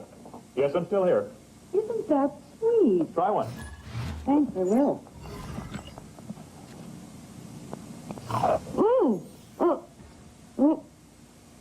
What's in the middle? Rock candy hack sauce. That was my idea. Yes, Mr. Bland. Thank you. Can you take a meeting? Fine. We'll be there. What's this? Turned down our appeal. Said there was no new evidence and there were no legal transgressions at the trial. So that means I go to jail tomorrow. What a swell way to start the weekend. It was supposed to rain anyway. And we've got a meeting. Great.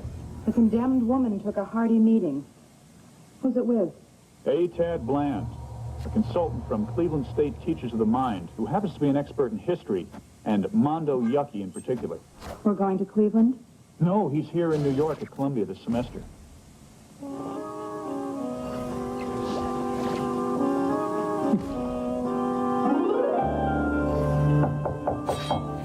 I bid you enter.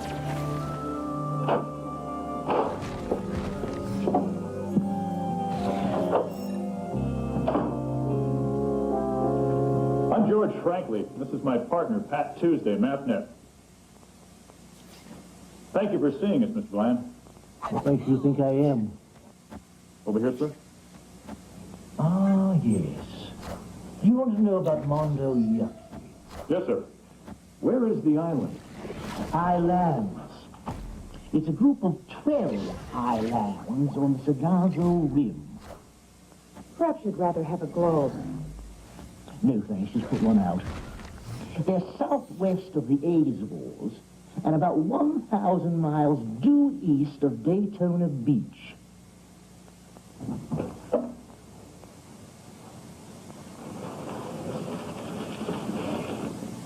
This is Mondo Yucky. It used to be such a marvelous, self-sustaining paradise. What happened?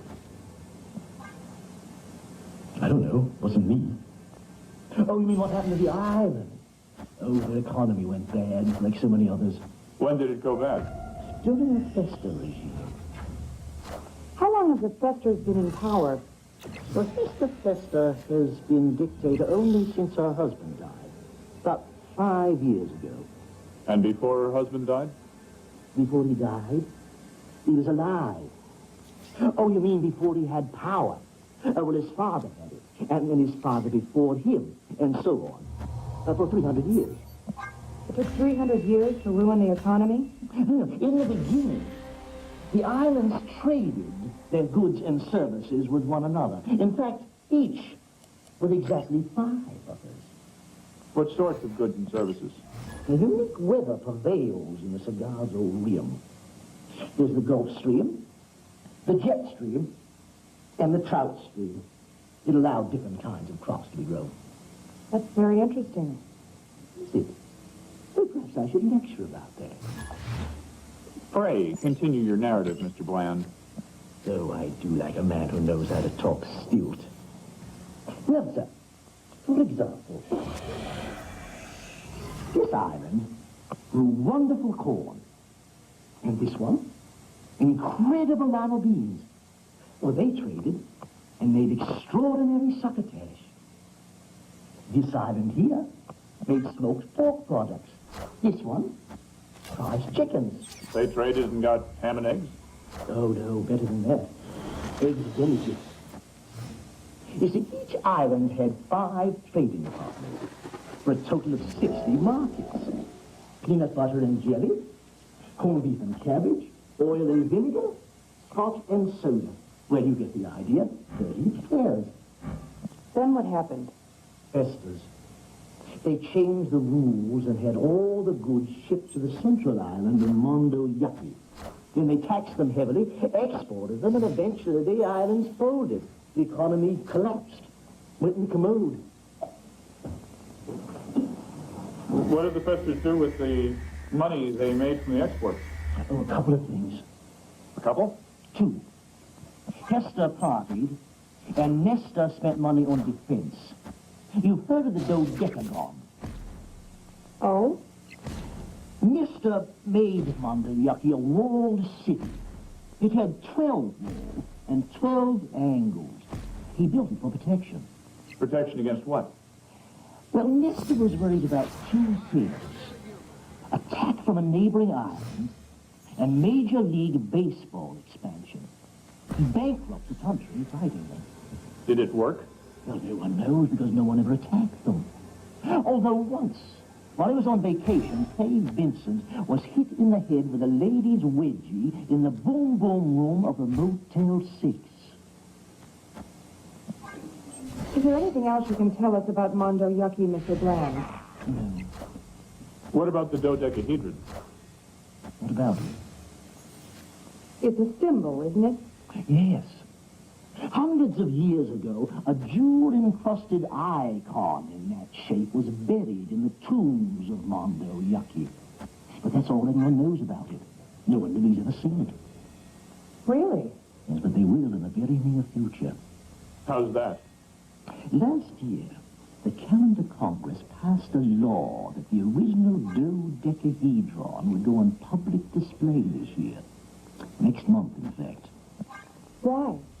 Well, the main hope is it will improve tourism on the islands. You called it the Calendar Congress. Yes. Hundreds of years ago, they were called the Calendar Islands. Well, that name was by the board. But their representatives are still called the Calendar Congress. Well, thank you for your time, Mr. Bland. Oh, my pleasure, believe me. Ta-ta.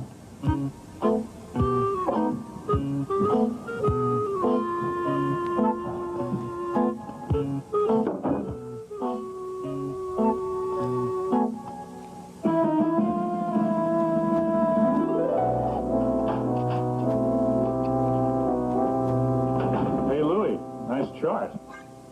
Thanks, Mr. Franklin. I'm not only smart about gems, but I'm also compulsive. What did you find? Plenty. 11 jewelers who all got ripped off the same way. You mean had valuable gems replaced with paste copies? Uh-huh. Why did you start with July? That particular owner knew he got ripped off in July. He missed the ruby a few days after Mrs. Fester's second visit. How about the other dealers? Did they know they had been robbed? Of the 11, 7 guys knew they got ripped. The other 4 could have been robbed any time, but I figured it might have been around Hester's visit. Now, what's this column?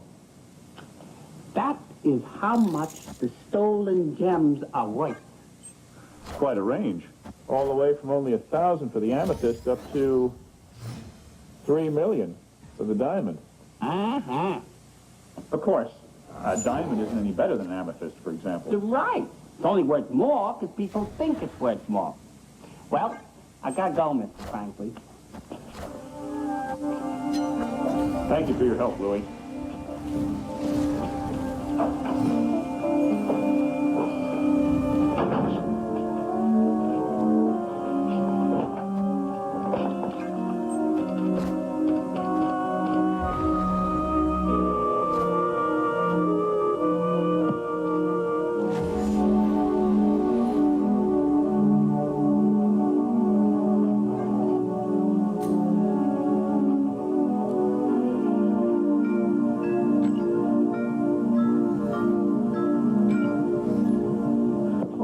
Assume you're right and Mrs. Fester is ripping off these jewelers. We don't have any proof that she is. I know. How and why did she frame you? I know. That doesn't make any sense. Keep plugging her. Time's a-wasting. Tell me about it. I have 24 hours to live. Hi, Pat. I think I now know the significance of the dodecahedron. Is it going to keep me out of prison? Look here. Remember Tad Bland said that each of the islands had trading partners? Yes. Each one trades with 5 others.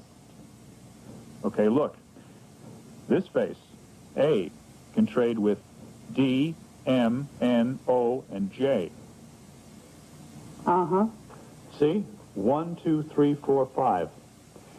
And face, J, can trade with A, D, S, J, and O.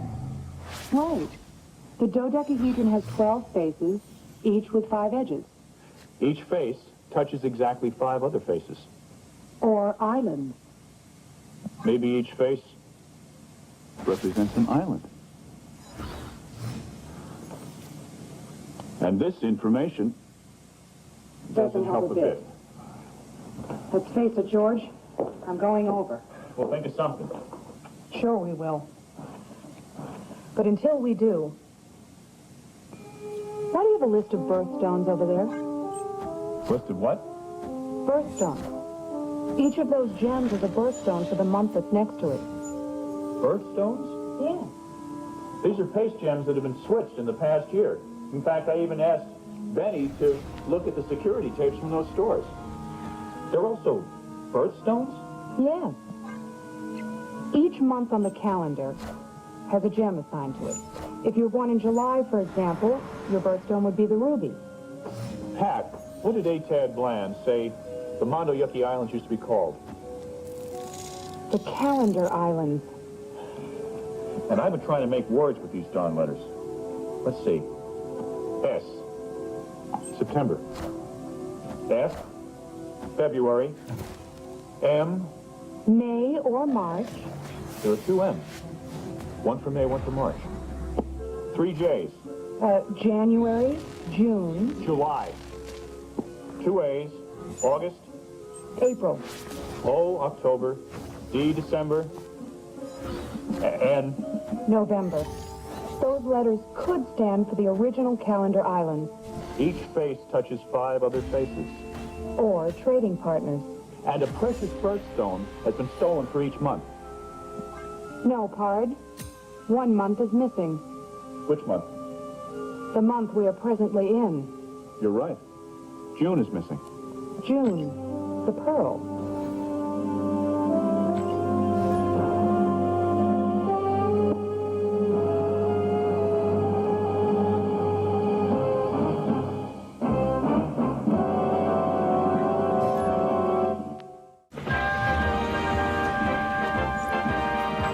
The story you are about to see is a fib, but it's short. The names are made up, but the problems are real. It was Thursday, 5:43 p.m., and homeward-bound commuters had learned a new electronic trick to beat the traffic. They simply faxed themselves home and stayed in the city. There was less traffic in the city and fewer arguments at home. In the good old days, I would have been working the day watch out of MathNet with George Franklin and Joe Greco. Unfortunately, the good old days had turned bad. And when they were bad, they were very, very bad. We were involved in a case about gemstones, and it was beginning to gall me. We decided to look at scenes from earlier, less galling episodes to help fill our think tanks. On Monday, I was accused of stealing a bracelet from a dictator called Mrs. Hester Fester. I was tried and found guilty, and was presently out on bail awaiting sentencing. Anybody want to sublet my apartment? For how long? 7 to 10. Hi, Pat. Don't give up hope. We'll get to the bottom of this. I think I am at the bottom of this. I only had 2 days to go before I was sentenced. Not much time. Then we got a break from a gemologist named Louis Jarris. He told us that a gem from the salon where I was supposed to have stolen the bracelet was... Hey. A phony. We found other jewelers had also been ripped off, and we began to look for patterns, the essence of mathematics, and one of the few ways to keep me out of prison. We learned that the victim, the supposedly wealthy dictator, was not that wealthy. We ran a credit check on her. And? She's flat broke. Further checking led us to A. Tad Bland, an historian who was an expert on Mrs. Fester's island dictatorship. In the beginning, the islands traded their goods and services with one another. In fact, each with exactly 5. What sorts of goods and services? There's the Gulf Stream. A. Tad Bland told us that Mondo Yucky and the surrounding Calendar Islands had a good thing going until the Festers got hold of them. Then their economies were ruined. He told us about a bauble which was part of the bracelet I was supposed to have stolen. What about the dodecahedron? What about it? It's a symbol, isn't it? He went on to tell us that an icon in that shape was to be displayed in just a few weeks due to a mandate passed by the Calendar Islands Congress, with the hope of increasing the tourist trade. We thanked him and met with Louis Jarris. What did you find? Plenty. 11 jewelers who all got ripped off the same way. Louis unveiled a chart that showed jewelers in the area had lost stones worth anywhere from $1,000 up to $3 million within the past year. Then, as I looked at the chart closer, I said, "Why do you have a list of birthstones over there?" List of what? Birthstones. Each of those gems is a birthstone for the month that's next to it. Pat, what did A. Tad Bland say the Mondo Yucky Islands used to be called? The Calendar Islands. And I've been trying to make work with these darn letters. Let's see. S. September. F. February. M. May or March. We had found another pattern. Each of the letters on the dodecahedron might stand for a month. Each face touches 5 other faces. Or trading partners. And a precious birthstone has been stolen for each month. No, Pard. 1 month is missing. Which month? The month we are presently in. You're right. June is missing. June. The pearl.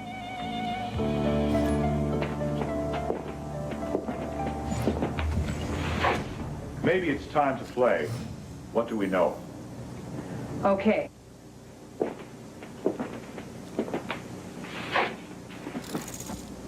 We know I'm going to prison tomorrow at 2 p.m.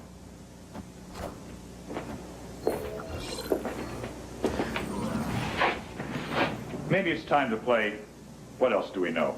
Now, I'll start. We know that Hester did business with all 11 stores on our birthstone chart. Right.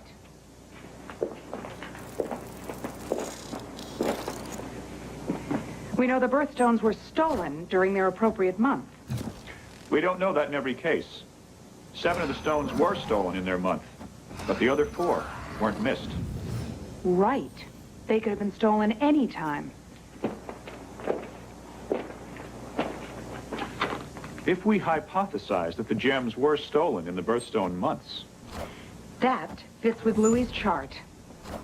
Right. He assumes that the thefts occurred around Hester's visits. That would give us a pattern.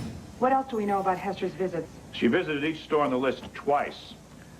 Sometimes it was early in the month. Here it was late. Here it was late. This time was in the middle. The only pattern is there are 3 or 4 days between the 2 visits. Hi, troops. Benny, any luck with the videotapes? If you mean, did any of them show Hester and Mad Dog switching the jewels? No. I was afraid of that.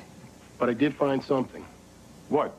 Well, we had been concentrating on the second visit, right? Right. Well, I took a look at both the first and second visit and noticed something. About Hester? About Mad Dog. Take a look.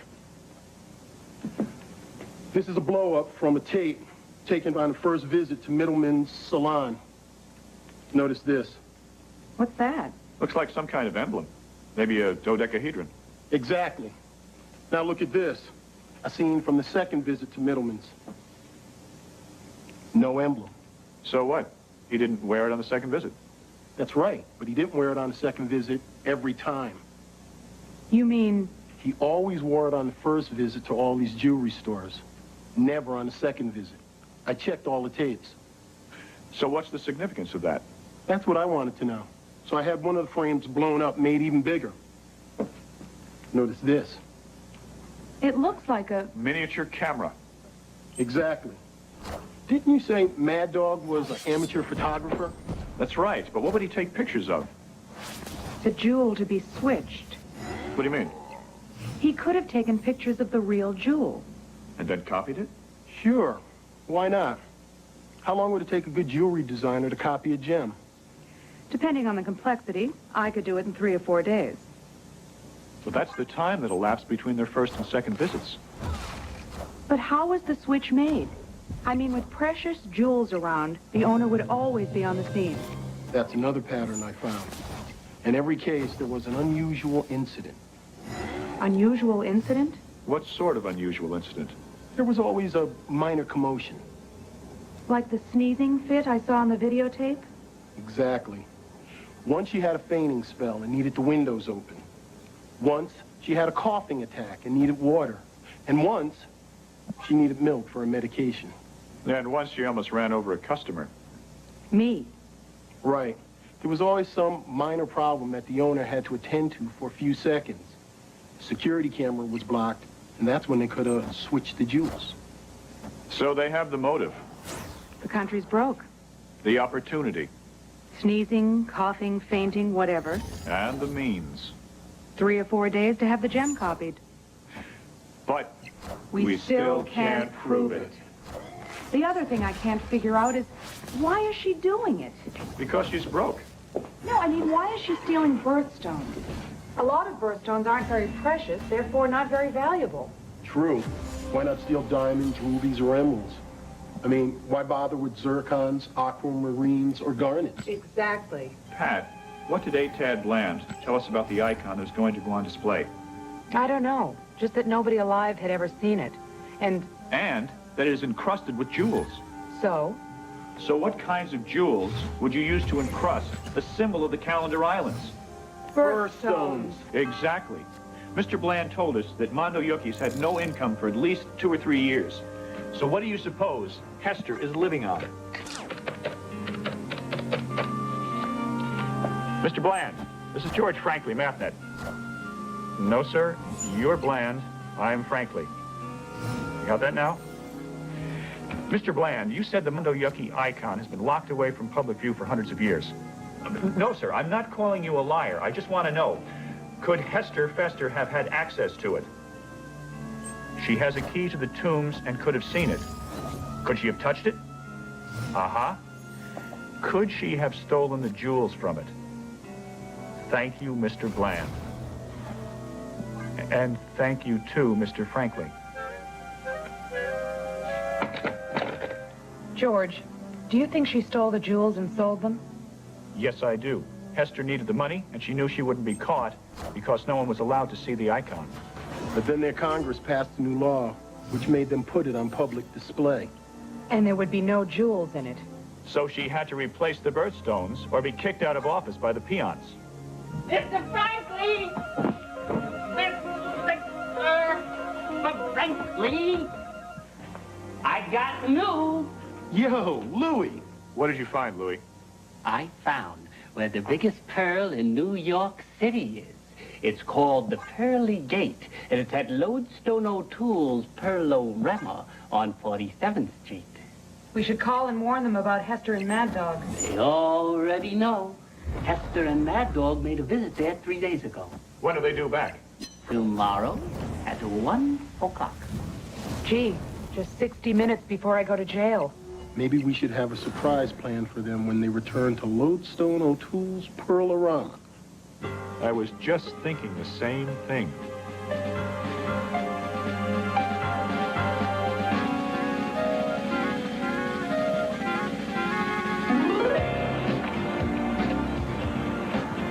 Friday, 12:45 p.m., and we were on our way to an appointment. An appointment with destiny. Oh, brother. Sorry. We had stopped by the NYPD disguise department and outfitted Benny Pill as a salon keeper. Since Hester and Mad Dog would recognize me and George, Benny and Louie would run the store, and we'd be backstage as backup.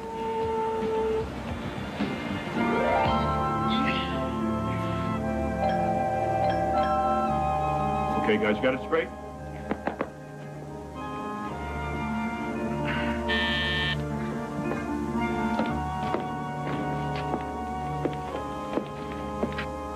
Good afternoon, Mrs. Fester. You're not Lodestone O'Toole. Lodestone O'Toole was called away. This is Sir Reginald Wabu, his silent partner.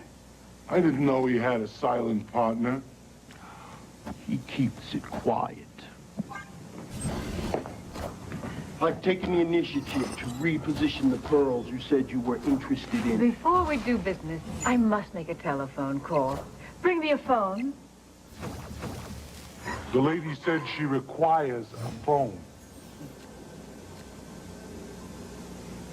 I shall also need a phone book. Yes, of course. I'll be right back.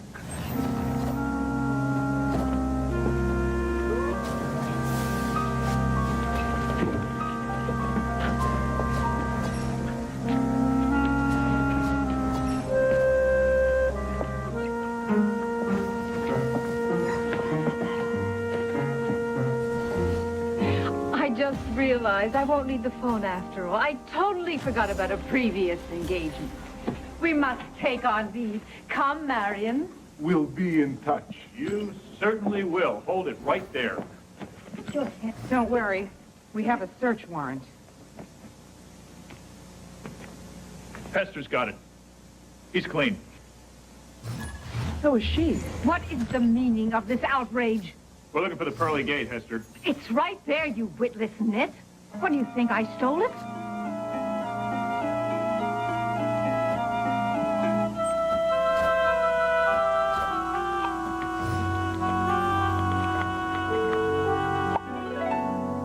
I knew he was squirrely, but I thought they ate acorn.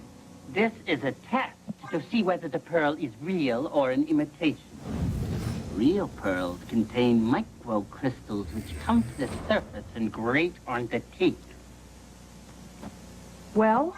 This one is as smooth as a baby's knee. The pearl is a phony. Then I shall have you all arrested for fraud, for attempting to sell me phony pearls. Phony stones gall me. You'll be hearing from my lawyers. Come, Marion. You won't mind watching a little television show with us, will you? No. Here is the videotape from the security camera.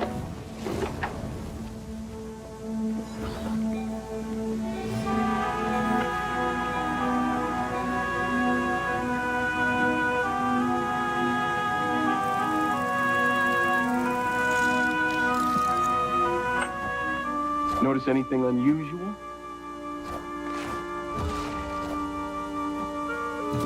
Look at it again.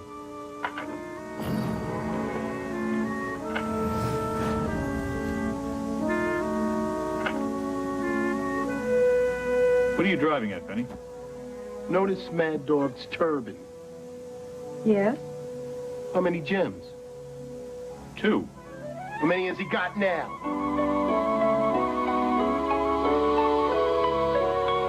3.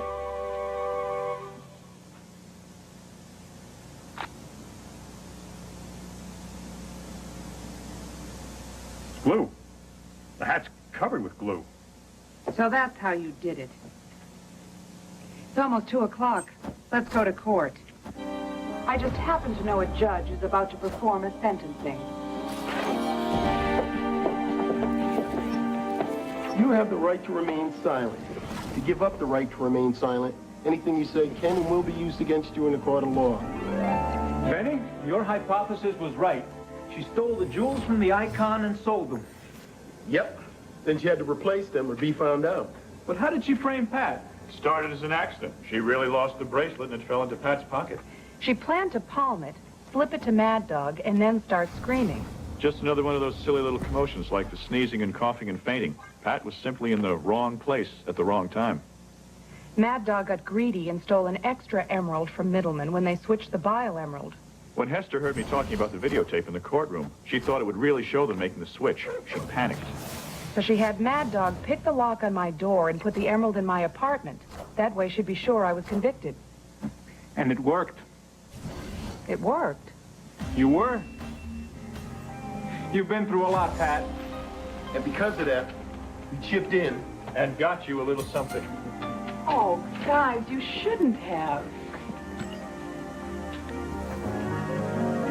What is it? A gold dodecahedron. A what? A dodecahedron. Never heard of it. Hester Fester and Marion Mad Dog Fist were convicted of a 155.45 grand larceny, a 240.35 loitering, and a 170.45 criminal simulation. They are currently in an upstate prison in Stridewright, New York, where they are busy making shoes.